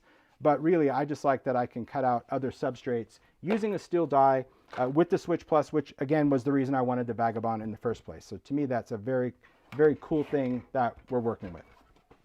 All right, so steel rule dies. So far, so good. We've seen embossing folders, we've seen thin dies, we've seen thick dies. Now we're going to get into other gadget accessories. So, all right. That would be, and when I say gadget accessories, I mean things that do cool things, right? So we'll talk about this one of my favorites. This is a dimensional cutting pad. This is a cutting pad I designed with Sizzix. It is a cutting pad, which means when I use it, it's going to replace a cutting pad. But the design of this cutting pad, you can see it has a little bevel. Can you see that? A little indent, and that's on both sides. Now, because of my eyes, and I can't really see very well, even with my glasses, one of the tips that I did so I can see the center of the bevel is I drew a line with a Sharpie. See that? I just took a black Sharpie, drew the line in there, flipped it over, drew the line in there. Because just like every other cutting pad, this is reversible. The bevel goes in on both sides, so there's not like a right or wrong side. But you want that line because that line is going to show you the dimensionality of that, okay? Dimensionality meaning it's going to allow us to cut any part of a die that is here, but it's going to slowly reduce the pressure on the center. And you might have seen people go, well, you know, I can just take a cutting pad and go like on half of it. Sure you can, but when you do that and this comes out the other end, sometimes that cutting pad will push down into your paper and leave a crease, right? Or you have to try to put 2 cutting pads together. The benefit of a dimensional cutting pad is that we can take a design. So let's just say, you know, we'll just do butterflies to start with. Something that's going to have wings per se. And we can run a normal die through that would essentially cut out the entire piece. But we can do so where it eliminates pressure wherever this line is, right? So when I put the whole, if I used an entire cutting pad, it would cut out the entire butterfly. But if I use a dimensional cutting pad, and I'll demo this, and I have that line there, wherever that line is, it will eliminate the pressure and only cut what's on the cutting pad portions. And what's nice about that is that we can then, you know, essentially cut a butterfly in a card that's just part of the card. So the white is dimensional cutting pad. This is the layered piece that was just cut with a regular cutting pad. So it cut the entire thing and it allowed me to layer it, okay? So let me just show you how that's done. Really quite simple, quite fun to do. I like it. So I'll just take a piece of cardstock. We'll take a die. We can use the same die, why not?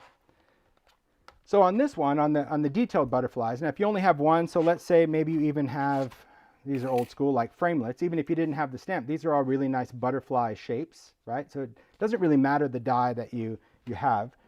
But on this particular set, there are 2 dies for each butterfly. One is going to be the solid, and you know it's the solid because it only has blade on the outside. Even though there's detail, this was designed that, well, I'll talk about it when you cut it out. It's really more for inking. But this is its component, and you can see all the blade, right? So overall, same die from the outside, but the inside is different. This just has the marks, this has the blade. So we want to do this, you could do this with either one, but I prefer to do the solid and then layer with the detail. So here's how it's going to work. We can do, well, we can really do any cutting pad, but I might as well just do, we'll just do this big one. All right, why not? Why not? Why not?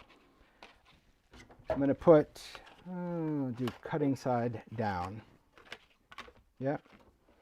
Okay. So this is going to cut down onto this. Okay.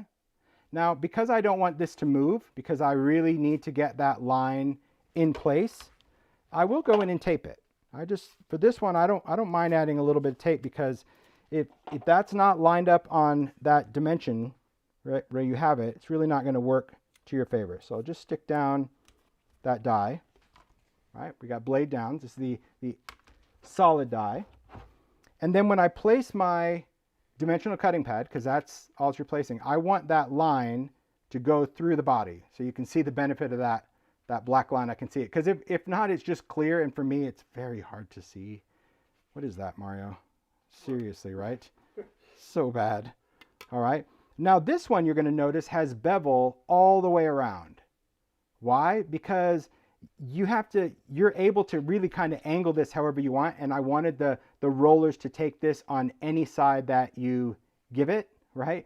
But I still try to kind of feed it in as straight as possible. So on something like this, like a butterfly, you don't have to angle this as much because it already has the contour shape. It's not really a straight die. But if you did need to angle it, it would be fine, because it's going to grab it either way, right? Even if you wanted to put that in this way, right? So I'm just going to line that up. There we go. Place this down. Okay. Now, could I just do the small one? Yeah, why not? That seems silly to do this giant platform when I have a small die, right? That seems silly to me. There we go. That seems more manageable. That's probably why I was struggling. You know, my bread was too big for what was on it, right? So we've got platform thin die adapter, because nothing changes. The only thing the dimensional cutting pad does is it replaces one of them, right? And I like to do that as the top one, because I can see what's going on or what I'm doing. So I'm just going to run that through, right? A line going right there. Once it cuts the butterfly, you can kind of hear that. Now, do you have to switch it? No, probably would have just done it in one pass. So I don't want anyone thinking like, oh, everything he does is a double pass thing. No, it's just what I like to do on the switch. Now, a double pass, of course, is going to be, you know, pretty argumentative with certain tapes. You know what I mean? It's like sometimes a tape that is so low tack just all of a sudden becomes like super glue, right? But just find one that works for you. And I'll show you what we have here. So what's nice, of course, is that if I wanted to do, and this is where I'm going to show you the inking, right? If I wanted to do some inking, I could go in at this point and ink right through this die. That's why we did the openings. I can get a blending brush or a tool or a watercolor, and I can ink through the die because it's got that detail in there. But really, it just cut out the silhouette. It also did some embossing because we did 2 passes, more pressure, right? So even 2 passes, like for this, look at that. It even left an impression of the tape. So maybe I would know for next time 1 pass, right?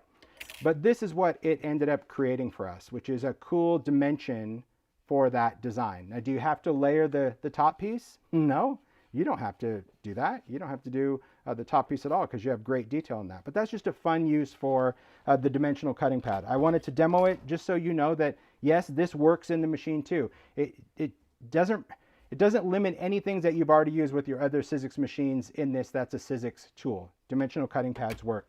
And I like it. It's just fun, because you can even do playful things, right? This one for Easter, I love these guys. They're hilarious. But how about one just kind of jumping out at the card, right? It doesn't always have to be a butterfly. Think about that. So here I just positioned on this bunny, well, you can kind of see in the back, right? I positioned it right in between his ears. So it still cut him out, cut out all of that, but you still need to cut the top piece to get the definition, because without that top piece, well, it would kind of look like that. He'd be missing half of his head and body. But that's pretty fun. I think that's really a great thing. And this could even go around something at this point if you wanted to, you know, wrap something, maybe around a bottle of wine, I don't know. Or just put this as a card and put something else behind it, because these you can dimensionalize however you want. Just a fun little gadget, if you will. I guess it's a gadget, but a dimensional cutting pad. Some people have had it, maybe haven't used it, and some people have maybe never seen it before and think, you know, what is this trickery? It's pretty neat. It's pretty neat to play with that. Right. I always like to look at other dies, especially with that dimensional cutting pad. I've used it for many other things, even like a little pointy finger. I like the idea that, you know, you can take whatever die.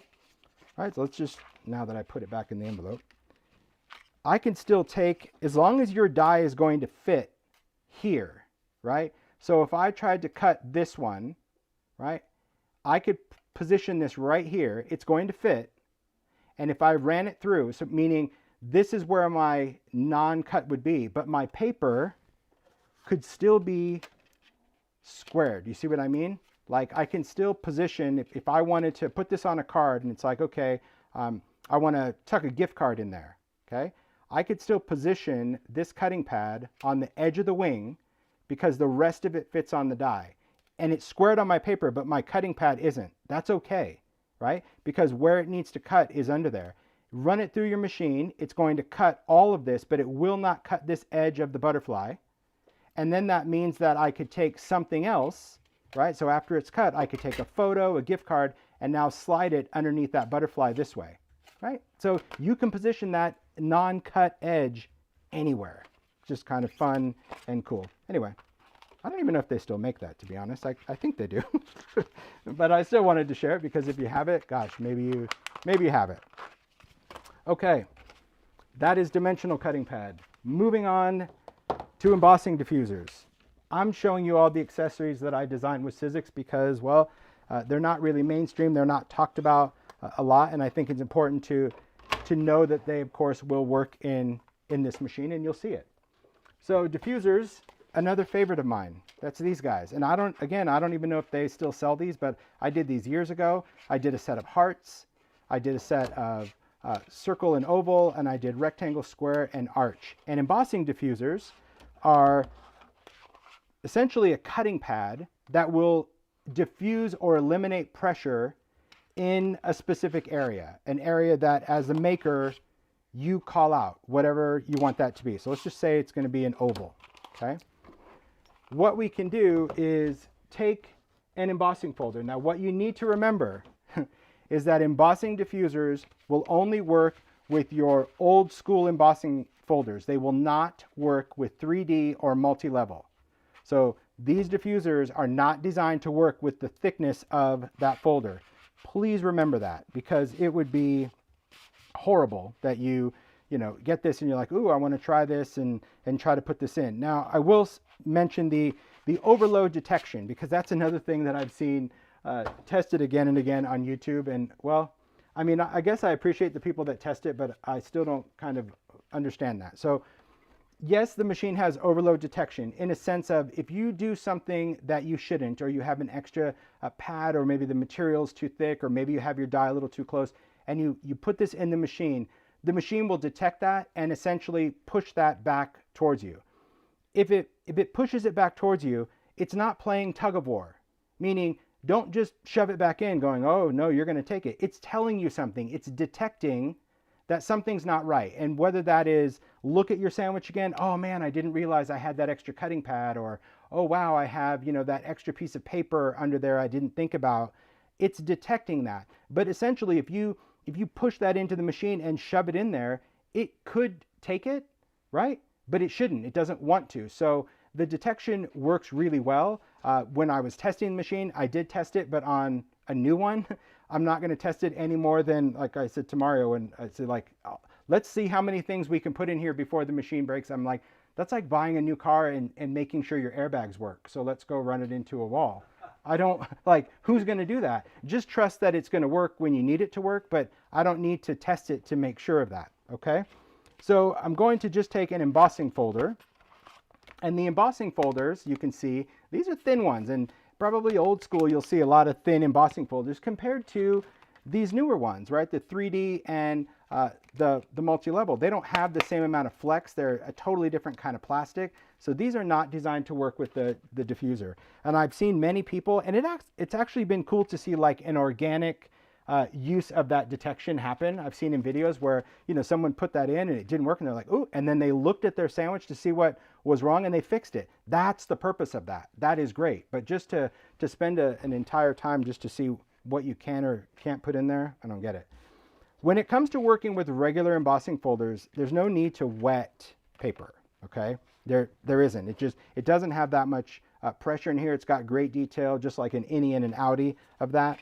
So what we're going to do is just take your paper as you normally would and put it in your folder. Now, normally when we're doing embossing, we take our sandwich, but what we don't take is this, because it says do not use for embossing, okay?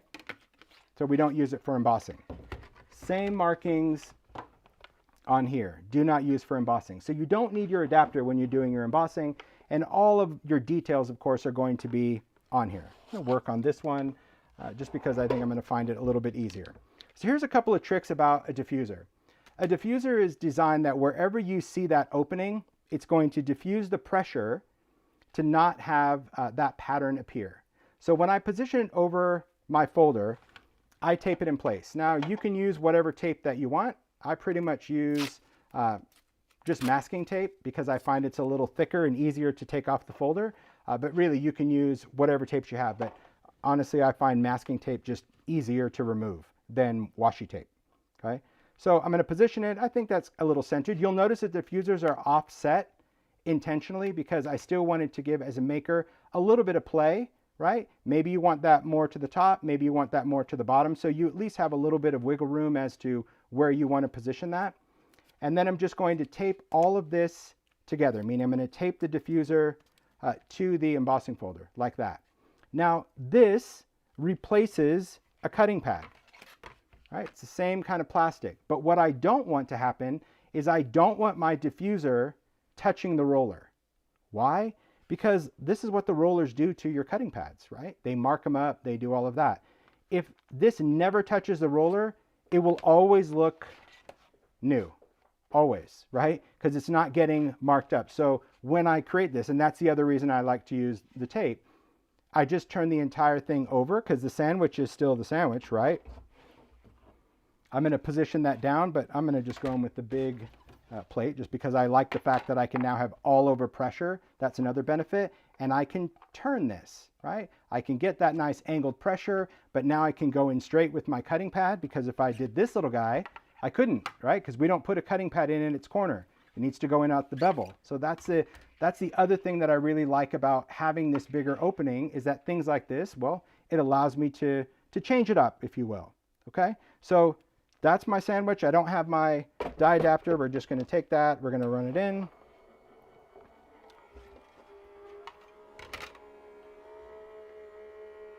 It could be one pass if you want. I'm just going to switch it. Okay. Yes, not touching the rollers. Okay.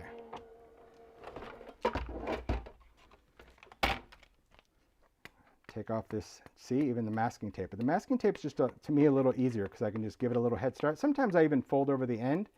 Okay, take that off. And here's what we have.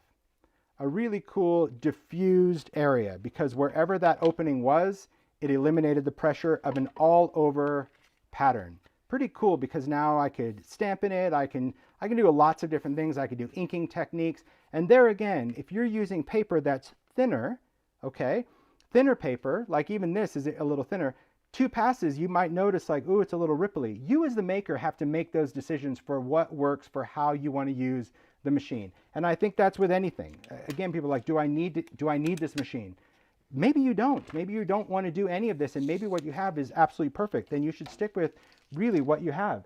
If you find certain features that you're like, I would totally use that, that's the investment. It's no different than an iPhone, right? If an iPhone comes out and the only difference is it's got this great camera that does cinematography and all that, but you don't shoot movies on your phone, it's still going to be a useful phone without those features that you would never use, right? So a machine to me is no different. And there's always great hype in the industry. So by any means, I'm not saying like, oh, you know, don't waste your time or money on this. There's a reason this was developed.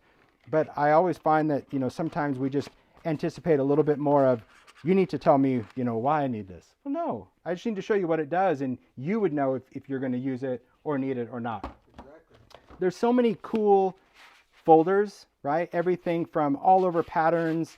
Sometimes there's a little grunge. I found that croc, which reminded me of the stamp that I did last week. It was pretty cool to kind of go into old school and even look at like that riveted one compared to 3D. It's cool to see how the art changes. It's a great catalog. But I love even like this, and I know Valentine's Day is over, but love is every day. But one of my favorite diffusers, this little heart, look at that. With this all over dot folder, how charming, right? Now certain details, depending on the spacing of that design, you're gonna get a little fade. That's why it's called a diffuser, because really the design is to diffuse the pressure so you get a little bit of a fade depending on the pattern. But really fun to see how you can use your old school embossing folders or any of your other regular, I'd just say standard embossing folders are going to work with a diffuser, just not 3D or multi-level, not these thick guys. Okay, love it. So they will all work. Pretty cool to just kind of remember these things that maybe you have that you're like, man, I totally forget, right? Forget about those things. All right, so I've covered the basics, but now I just want to talk about the space, because spacing is another cool thing that I didn't know I was missing. Because don't get me wrong, I have been happy with the Vagabond, and I still have my Vagabond. You saw, I have different machines depending on what I'm doing. So I can't sit here and say, no, I use this 100% of the time now. I don't. It just really depends on what I'm doing. I'm still going to use a Sidekick. I'm still going to use a fold away. I'm still going to use my Vagabond. It just depends on what I want to do. And I think as makers, we get that from even what we see out there. But what about this? What about this space? Like, what are there any benefits to just having a 9-inch opening, especially if you don't have any of the plus dies that Sizzix offer? Because they offer dies that are like that big that go into the machine, right? And I thought, well, I still think this is kind of big. This to me is, you know, significantly bigger than this, right? Like, to me, it's like kind of almost double this. So at first I thought this is super clumsy. Then when I realized, hey, when you're doing small stuff, just use this. But there are going to be certain times that you want to use a bigger surface. And this is where you're going to understand pressure, okay? So pressure is super important to understand of how you do that. I did see a question on movers and shapers. Movers and shapers are the same as a Bigz die. So if you can use a mover and shaper in a Vagabond or a Big Shot, it's exactly the same as the switch, right? All the Sizzix technologies would work. Same thing with like decorative strip dies, right? If you had those long dies, which are kind of like a Sizzlet, if you had those dies that already have the plastic backing, you don't need a thin die adapter, because technically it's not that. They stopped putting those markings on like the new machines simply because they don't sell that technology anymore. But if you had it, you know, that plastic backing on those, I think they're Sizzlets or decorative strips, are essentially that. So you would want to remove it. All right. But the platform itself, this big area, what would I want to do with it? Well, how about I want to make something and I want to make it in bulk. Okay. So bulk would be, maybe I want to make a bunch of tags, right? Maybe I want to sit there, and whether these were inked or not inked, that's irrelevant. I just wanted to show you, of course, these ideas. Like, okay, I'm going to sit down and I've inked tags, right? The whole compartmental making, and I have a whole bunch of tags, and now I want to die cut them. Well, can you run them through a Vagabond one at a time? Yes. Can you run them through here one at a time? Yes. But one of the great things of having a bigger work area, right, is the fact that I can multitask if this is essentially what I want to do. But to do that, you need to think about this, because there again, there's a lot of content out there in the intrawebs world, and when I see what they're doing, I just think like, really? Did you really think that was going to work? Because it's not going to work. Just because the space is that big doesn't mean you can load it all up, right? Just because it's all you can eat at a buffet doesn't mean you can fit more than what the plate holds, okay? So keep that in mind. And so let me just talk about how we work this first before I put it into the switch. Let me just close this up, and we'll talk about this work surface a little bit, okay?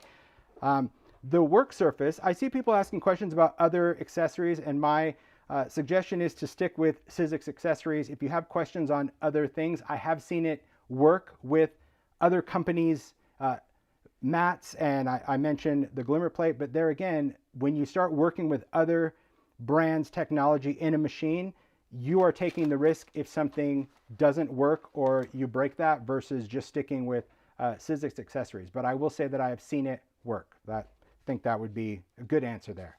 So if I go to take, let's just say I want to do 3 tags, okay? Here, let me put my cutting pad down so you don't think like things are going a little weird. And I want to cut out 3 sentiments. Let me get these tags out of the way. Right? There you go. If I go in and do this, okay, here's another question. If it cuts chipboard, wouldn't it cut 3 or 4 tags at once? Now, when you say it, Tracy, are you talking about the machine or the die? Because remember, the machine isn't doing the cutting. The die is doing the cutting. So could you cut 3 tags using a steel rule die? Yes. Could you cut 3 tags using a thin die? No. Because thin dies cut thin things because it only has a raised blade as a thinlet. Steel dies, thick dies, cut thick things because it has a much higher blade. So you have to remember that it's not the machine that's doing all the magic. Yes, it could have features as far as multipass and pressure and rollers and auto feed and all of that. But the technology is a technology. The technology can't do anything more than what it's designed to do. Okay? So if you wanted to cut 3 tags simultaneously, then most likely you would need a Bigz die. There are thinner papers that certainly you can, I've seen like cutting multi-layers, a few pieces of cardstock, but it would be thinner paper. I don't think it would work with mixed media, but you can try that. I mean, I'm not saying you can only cut, one piece. So Mary Hagler says, impresslets with a question mark. I'm guessing that's just a question short for, will it work with impresslets? The answer is yes. Anything that the Vagabond and the Foldaway and the Big Shot does, the Switch does exactly the same in the same way, right? So you could do that. If I take these 3 tags, say I want to cut these, and I take the dies, and I'm like, okay, I'm going to put this here, and yeah, I want to cut this one here, and I want to cut this one here, okay? Knowing what we know about pressure, this is not going to work, okay? And the reason is now where we're going in, now essentially your roller is like popping a wheelie, and it's rolling over here. It's not doing this motion, right, like we talked about. So when you're positioning things on a die, just because you have this work surface doesn't mean you can put all the stuff on it in the same location, especially if it's a thinlet, a die that has a lot of different dies. And I'm going to talk about thinlets and framelits so you can see what I'm talking about. So on something like this, okay, that's too much. You want to just distribute this, and that's easy to do. All we need to do is say, okay, well, let's place this one, and we'll do this here. That'll be good. Get a little... Just going to get a little tape just to tape these down, because if I'm going to do a layout, let's make it work. Now, do I want this to be right up here? No, right? But is my paper going to matter that it's up here? No, because the paper's not thick. So I'll just take, I almost did it upside down. Did you see that? So I'm going to position the die, and then I'll just tape it on the corner, and I'll tape it here. It doesn't matter that that's a little crooked on there. Now my next one, do I want to put it here? No. No, because that's going to be that same little speed bump. So I can just flip it this way. That'll be good, right? So now I can do this. So if it's helpful to you to position that and then work upside down, that's fine. But there again, do I want to put the die right to the edge? No, I want to bring this down a little bit. And the nice thing about this work surface is it's giving me, hold on, I want to move this guy. I didn't have my cutting pad in place. I want to put this on there because I want to make sure that it's on the whole sandwich, and I'll probably do another piece of tape. So I'm going to position this one here because I've got this, anywhere that there's black, I like having the black opening. I mean, not the black opening, the black plate, because I can see through it. I guess I'm just used to seeing that from, even the media mat. I just like to work on a black surface. It's pleasing to the eye. It makes it a little bit more restful for me. Okay, so now we have these, so we understand the weight distribution. It's going to roll this, stop, roll this, stop, right? It's not going to have one big speed bump.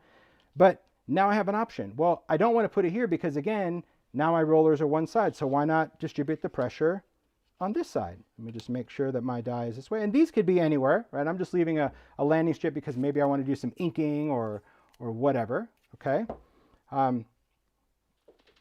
Yeah, I agree. I see a lot of conversation on magnetic. Magnetic, it's the bump and jump. You touch it and the thing freaking jumps all over. Okay, so look at the difference in how I set up the plate. It's going to do the same thing, but now I've tried to distribute where the machine is going to have pressure. It's not all going to be in one side. It's not all going to be in one section. It's like, okay, that's going to get its pressure when it needs it, and then it's going to take a rest. That's going to get pressure. It's going to take a rest. That's going to get pressure, and it's just going to provide way more than trying to centralize all of your dies in one section, whether that's the middle, right? Because even if you flip everything in the middle, now it's just like it's doing nothing, and then it's just like, It's kind of like it, I try to give these analogies just to think so it makes a little bit more common sense and less complication. But it's no different than you can carry more things if you put some in each arm than if everything was just in one arm, right? It's the same. So you just want to distribute that. So we've got our platform, our thin die adapter, because that's what we do. It doesn't really matter the direction, so don't worry about how the graphics go on that. We've got our cutting pad. We have our other cutting pad that's going to go directly on top. And there again, I told you, or I hold it like just kind of use your hands as that guide to make sure the machine is going to take it. Now, we have options as well. We can position it to where, you know, this could slide down a little bit. So it's going to give me a little head start. I can go in on either end, right? I don't think this is too close, but it might be. If the machine doesn't want to take it, I'll know to start on this side. We'll see in just a second. So let's open that up, okay? It's still on. I didn't turn it off just by closing the door. That doesn't turn it off. And let's run this through. So again, I'm squaring everything up. I make sure that, you know, that the sandwich and everything is where it needs to be. And we'll engage it into the machine. So you kind of hear it click. Now it's going down this one. It's going to click. There you go. It's going to go on this one. Don't worry about snap crackles. Okay. Now that's just one pass because I want to show you that one pass. Hold on. Yeah, my whole entire table just slides off. Okay. One pass on this, because we distributed all of that pressure, is going to do the job just fine, right? Could it have been a multi-pass? Yes, but I know on these dies, because they have that squared edge, that if I did a multi-pass, I'm going to get a little bit more bruising, like a little bit more of an outline. That's not a big deal. If it doesn't bother you, it doesn't bother me. But these already give you a line, but if you wanted like a more deep line, a second pass would have definitely done that. These are great because, well, they're going to give you all those letters that you can also use for other things. But it's just cool that if you're doing a lot of, again, I talk about compartmental making, even something like this, happy birthday to you. Remember, these are not intricate dies either. I mean, an alphabet die is pretty dang simple, so it doesn't require any precision base plate or anything like that. If you had more complex dies and you were doing something like that, you know, maybe they were detailed flourishes, well, you might want to do a multi-pass. But the whole point of this exercise was to show you that when you're placing things down, okay, that you want to make sure that you are positioning your dies strategically where they're not all focused in one spot on your plate. That's really what it is. And you can really use, I think, you know, washi tape is going to work. Anything that's going to be low tack will essentially work to do that. But pretty cool that I can cut these out. Yes, we can clean these out and scoop up all the letters, make alphabet soup with it, or just use it on other projects. But that's a great feature to having a position or a plate that allows me to put more than one project on there, but also position it where it's not stressing the machine out by putting it in all one space. That's only one part. Let me show you another one. Let me clean out those letters, scoop them all off, because I always have to watch the letters. I was just scooping them in the trash. I know people save them, but because this letter is on here, it's confusing, right? Because you think like there's a letter. No, that's on the platform. So just kind of clean that off. All right. So far, so good. Yeah. I think Mario does have a bowl full of those letters, don't you? Mario does. Yeah. It's like alphabet soup. Okay. So what if you weren't doing words? What if you're just like, yeah, okay. Your analogies today are spot on. People are loving it. Because sometimes when it just makes sense, it's just easier to remember. That's all. It's not to talk down to anyone or just be like, hello, Captain Obvious. It's sometimes that if you just think about it common sense, it takes away the confusion. You're like, well, of course, that's what makes sense. All right. So let's say we wanted to use that same idea of filling up this workspace, but a little differently. We're going to talk about framelits, right? Now, framelits and thinlits, it gets very confusing. To me, it doesn't really matter what they're called. It's really what they do. Again, if a die doesn't have a cross beam, it's a framelit. Usually those are for outlining stamps or framing an image. But these stack tiles, which I happen to really like, I love the design of them. I think as a maker, whether you do collage, whether you do ephemera, whether you do mixed media, whatever it is that you do, I love the idea of working with, thanks, stray E, got it, thank you. See, I read the comments, there's like, there's a stray E, I'm like, whoop, thank you. When you're working with these dies are so cool as a maker. And I say as a maker, especially if you like to make backgrounds, right? So many times we think, ooh, what do I do with all these backgrounds? Well, heck, cut them up, because then they could be collage tiles, they can go in junk journals, they can do all of that. So here's what I'm going to do. I'm going to take my whole little plate. Again, another benefit of having this big old 9-inch work area. And this is just alcohol ink on Yupo, right? Yupo is a synthetic paper. And I'll just, let me see if I can get these to fit. I don't know. I'm not the best at puzzles, but that's okay. I think that could kind of work, right? Or maybe I want to just change something a little different. That could work. That could work. Do I have another? I do. That could work. Okay, let's try this. I'm not sure if it's going to work, but we'll find out in just a minute. Okay, because it did at least fit on my workspace. These are all alcohol inks on Yupo. Could this be watercolor paper, mixed media, other things? Sure. Yeah, it could be all those things. But let's take these guys. Let's take all of these stack tiles. I love stack tiles because I get 5 each of a nested shape. And we're going to use as many as I want. And I'm just going to position these. Now again, could you tape them? Yes.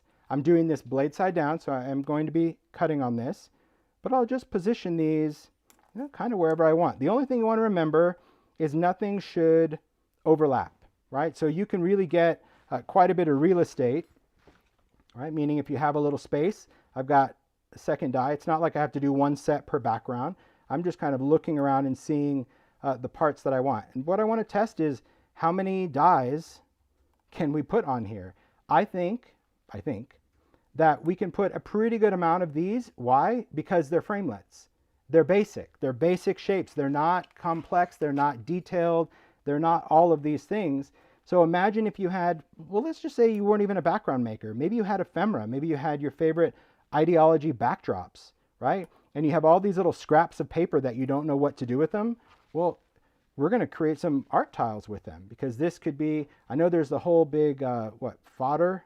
Is that the fodder thing, you know, where you're cutting out, it's just a weird word to say, but you can cut out things for junk journals and all sorts of elements like that. I do like that little bit of white space. I'll try to get that. Ooh, am I going to fit this whole set? We're about to find out. That would be 25 dies. Maybe not. Not the best at puzzles, but I'll still see if I do it. I am keeping a little bit of a gap because I'm not taping it. I am risking the fact that it could shift. So that's what I have in mind. Well, there we go. Look at that. Could work. It might not. Let's see about that. No, let's stick to that. Okay. You guys see what we got here? 25 stacked tiles. This could be disastrous, but it could be really cool if it works. Don't you think? Well, we'll see. I don't know. Look, I think it's important just to do it. Gonna be awesome. If it works. All right. So now we're going to put our cutting pad over the top. So I can see that everything is on my workspace. That's important. And I also know that, like, I do have a little bit of a gap on either side, because that's important so the machine can still take it. But then I'm going to place this over the top. I probably don't want to adjust this as much, right? I just picture anyone at Sizzix watching this right now, just like, I don't know, breaking a sweat, probably like me. But you know what? If it's going to work, it's going to work. And if not, then you know that it doesn't, and I did it and you didn't. But I think that it's going to work for a couple of reasons. One, you can see that it's not a detailed space. I think it's going to work. It isn't. It's just a lot of dies. Because there's not a lot of cutting areas all bulked at once, I think that the rollers are going to have a good dance. I do see that one that's pretty close over there, but that's the only one. I'll put that in first, and we're going to hope for the best. All right? You guys got it? I'm all squared up. I'm going to put this in, and this is going to be awesome. Off we go. You're going to hear a lot of cracking because it's Yupo, so don't freak your freak. Oh, it's quiet. But like the crunching sound, that's really Yupo, because Yupo is synthetic. I'm just going to do one pass because I think it's all you need with this machine. Okay, you hit the window. I told you I should open the window. window. There we go. There's a window right here, so I didn't want that sandwich to hit the window. Okay, here's all these pieces. Oh, heck yeah. That is freaking awesome. Hello, Happy. Ooh, besides that, these are going to be cool. Now I have all of these great art tiles that I can work with on, and this is, again, this is Yupo, so it's plastic. I love the fact that it chopped through this so clean. I'll hold up these pieces, but dang, another great thing is, like, it can take a background and like just give it just magic, because I love the bevel that a die gives anything. You know what I mean? Like when you die cut something, it gives it that little bit of contour, because I know people go, I can use a punch. Well, you can't paper punch through Yupo because it's plastic. You can only die cut it. But I love that a Thinlit cuts through. Look at all these tiles so far. Holy moly. Let's just keep going. Let's take all of them out.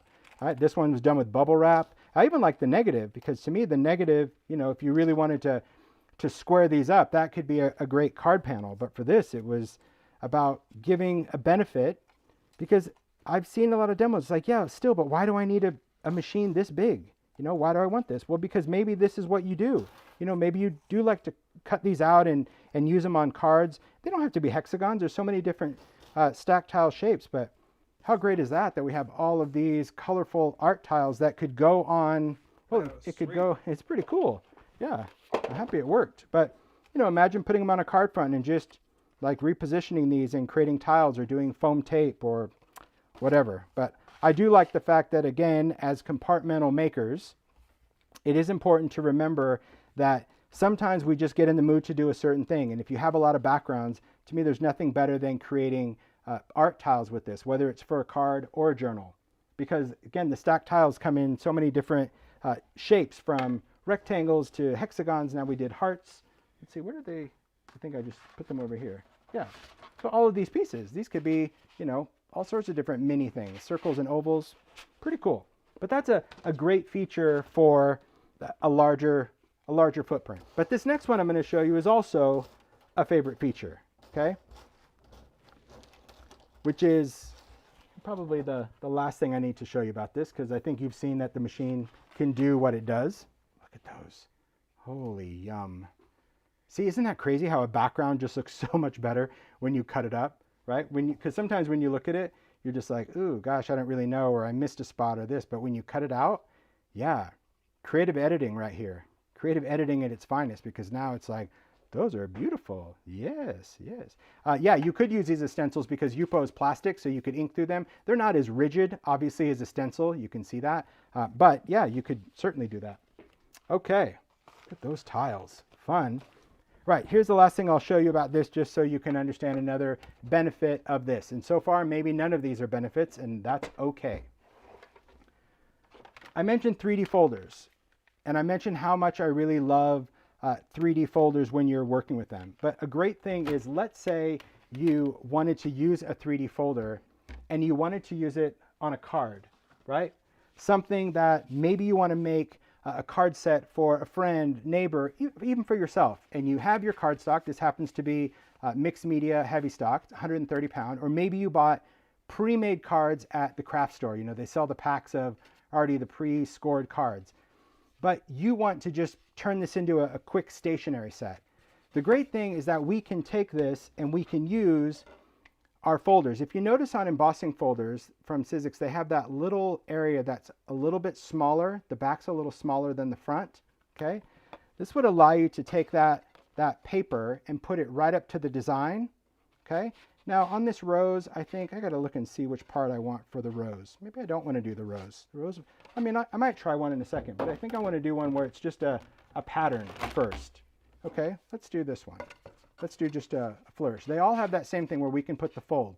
Now when you put the fold up to this folder, and because you can see that it just rests right there, I don't want to put this under, because if I do, you see how it's got to wrap around the plastic? It's going to create a giant gap on my card if you fold around. So I need to leave this straight out. The thing to understand about 3D folders is 3D folders are longer or wider than what would fit through a foldaway or a vagabond or the Big Shot. It won't go in this way. These are designed to go in this way or at an angle. So the cool thing about the Switch is now I can take this and I can emboss a card front, because I can get this folder in sideways. So I'm going to position my card. I'll still do just a little bit of water. I'm not going to do it a ton, but yes, you can mist a little bit. On this one, craft is pretty pliable. So I'll just put this on the fold, right? So it stops. I'll close the folder. Then I'm going to place this down. No thin die adapter, not for embossing, right? Caution. And these only require one cutting pad because 3D only requires one. So now I can take this, place it down. I have the ability to still go in at an angle because my cutting pad has the bevel. That's what's going to take it. And I can put this in the machine. Go one pass, and we'll do a multi-pass. We'll bring it back out. Switch directions.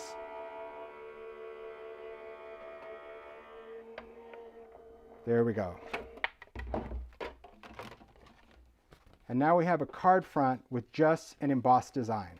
That's pretty cool. So now you don't have to do another piece of paper. You certainly can. So I mean, again, this might be something where like, well, who cares? I'll just emboss it and glue it to a card. Absolutely you can. But I think it's great to know that we can just emboss a card front and then do all of our inking and embellishing and all that and still have the inside to just do what we want to do. That's a cool feature of having a bigger footprint, because I'll be honest, when I saw this, I'm like, I don't have dies this big, guys. Like, I don't need a ginormous space. I'm just cutting a few things. And yes, when that happens, maybe it is the sidekick or the fold away, or maybe I'm cutting a few more things at a time.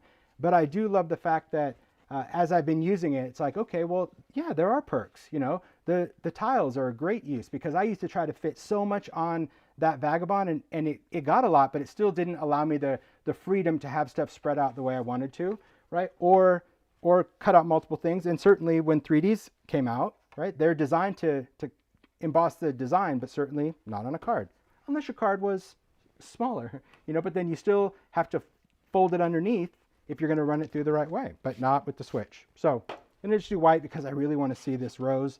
You know, obviously the design is bigger. I could have cut a bigger card, but that would require thought ahead of time, and that's where my brain just doesn't match up. Planning is just where things don't match up for me. Okay, got that. There's our rose, white card, and we're going to put that in. Give it a run. Perfect. Then we're going to switch directions. I agree. Melody said, because the back is as cool as the front. You're absolutely right. On a lot of designs, oh my gosh, that is freaking stunning. The back is as beautiful as the front. But how great to just do embossed cards. And like I said, this could be for you where you could already have pre-embossed cards. Maybe you like to go in and do your watercolor and do all that. But I mean, how nice is that just to create a set of cards, or if you're doing this for the holidays or still embellish it. I think that's a great feature that we can run a card through with that 3D folder, but it gives us all of the options. Remember what we've learned in this whole demo, right? That things don't go in like this, right? They don't need to go in straight on like a roadblock. Cutting pad, yes, but your item, giving it that angle is allowing better pressure. We don't want to fold the paper underneath the folder because it's going to create a giant gap, because as soon as the pressure hits, it's going to try to wrap around this thick piece of plastic. That's not going to be good. So we need to leave that open, right? Those are all little elements. And if you like one pass, great. If you like to switch it, great. If you want to do 3 or 4, those are all things that you're going to learn as a maker depending on what are your dies, what are your folders, what's the technology, what's the substrate. There are still variables that you as the maker are ultimately responsible for. So the question is like, will the machine cut this? It's not will the machine cut this, is what you're using designed to cut or emboss that. But hopefully there was just some good inspiration or education for why I love the Switch Plus, why I thought that this was a great direction to go in with Sizzix. I felt that with the technology now of more intricate dies, the ability to easily do a multi-pass, because not everything is about, you know, oh, chrome and pressure. Some things require that, of course, but it's not necessarily about that. And I love the fact that it is just a really simple kind of compact design that you just switch it off and you're good to go. So good fun, right? I think that was good fun. I liked it. Awesome. Yeah. Let's see. Cameras worked. That was good. All right. Woot, woot, woot. Hopefully you guys found inspiration. Again, you know, this isn't about saying, oh my gosh, this is the next gen machine that every maker needs. That's probably, I mean, that could come next week or the week after. That's technology, right? I mean, again, you know that you get the latest laptop and next week there's a new one that does something else. So, oh, thanks, scrapbook.com. Thanks, Tifa. Thanks, Zoe. Thanks, Michelle. I like this machine for all those reasons that I shared with you. And if that's something that you as a maker would find beneficial, then this might be for you. Again, when it comes to color of machine, that's really a personal preference. You know, I don't take that personal because, you know, white is going to match your decor, or you really like pink. Then you need to do you. You need to do what you like the most. Thanks, Vicky. I just love. Thanks, Shirley. Thanks, Wendy. I love why. There is a why, Paula. Yeah, there is. Why I like it. And I just think that having those tools are just really nice when it comes to being able to utilize what I have just a little bit more conveniently, right? Like I said, it's not something that's like, I only use this machine now. Nope, I still use all the other ones as most makers do. Just same reason we have different size scissors, a bazillion different paper trimmers, so many different kinds of inks and blending tools and all that. A machine is no different, but I at least wanted to explain why I think that machine is beneficial for my world, because I know that when the Vagabond was retired, which I think was, they announced it last year, and I think like they sold out before this year. And I mean, they're still out in retailers, they're still out in the wild, but I think a lot of people were like, oh my gosh, like, why? Is it not a good machine? Is it better than? It's just different for those reasons that I think are really cool. And if anything, even if you're not in the market for a machine and you have one, any kind of machine, hopefully those little tips about keeping in mind where you distribute the pressure of any machine, it's the same principles as far as performance, right? If you can angle things, it's going to keep your cutting pads from taking a lot of stress too, because if everything is going straight on, as soon as those rollers hit it, it's hitting that cutting pad the same time it's hitting that die, and it's creating a lot more stress in the cutting pad, where when an embossing folder is angled, it's kind of going into a point, so it's creating less stress on that as well.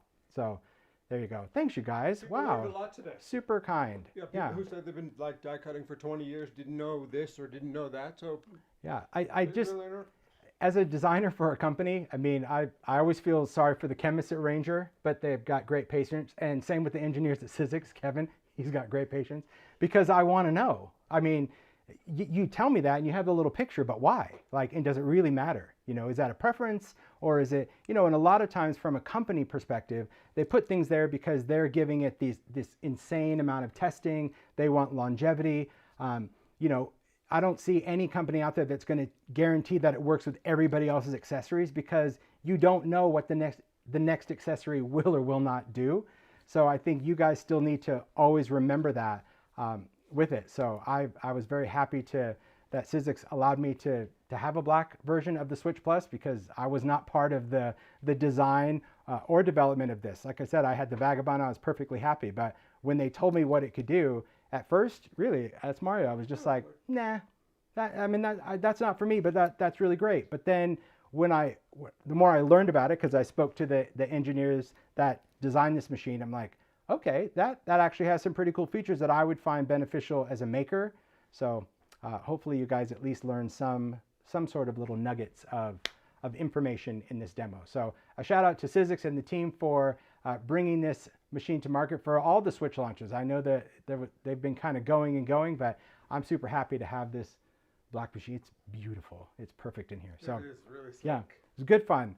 So enjoy the rest of your weekend and have a wonderful Saturday. Thanks again for all the kind comments. I really hope I was just kind of talking a little longer to make sure I answered questions that maybe I didn't get to, but I tried to cover everything. Yeah, you did. Didn't I? I mean, the best I could. That's what it's all about. Your analogies were a hit today.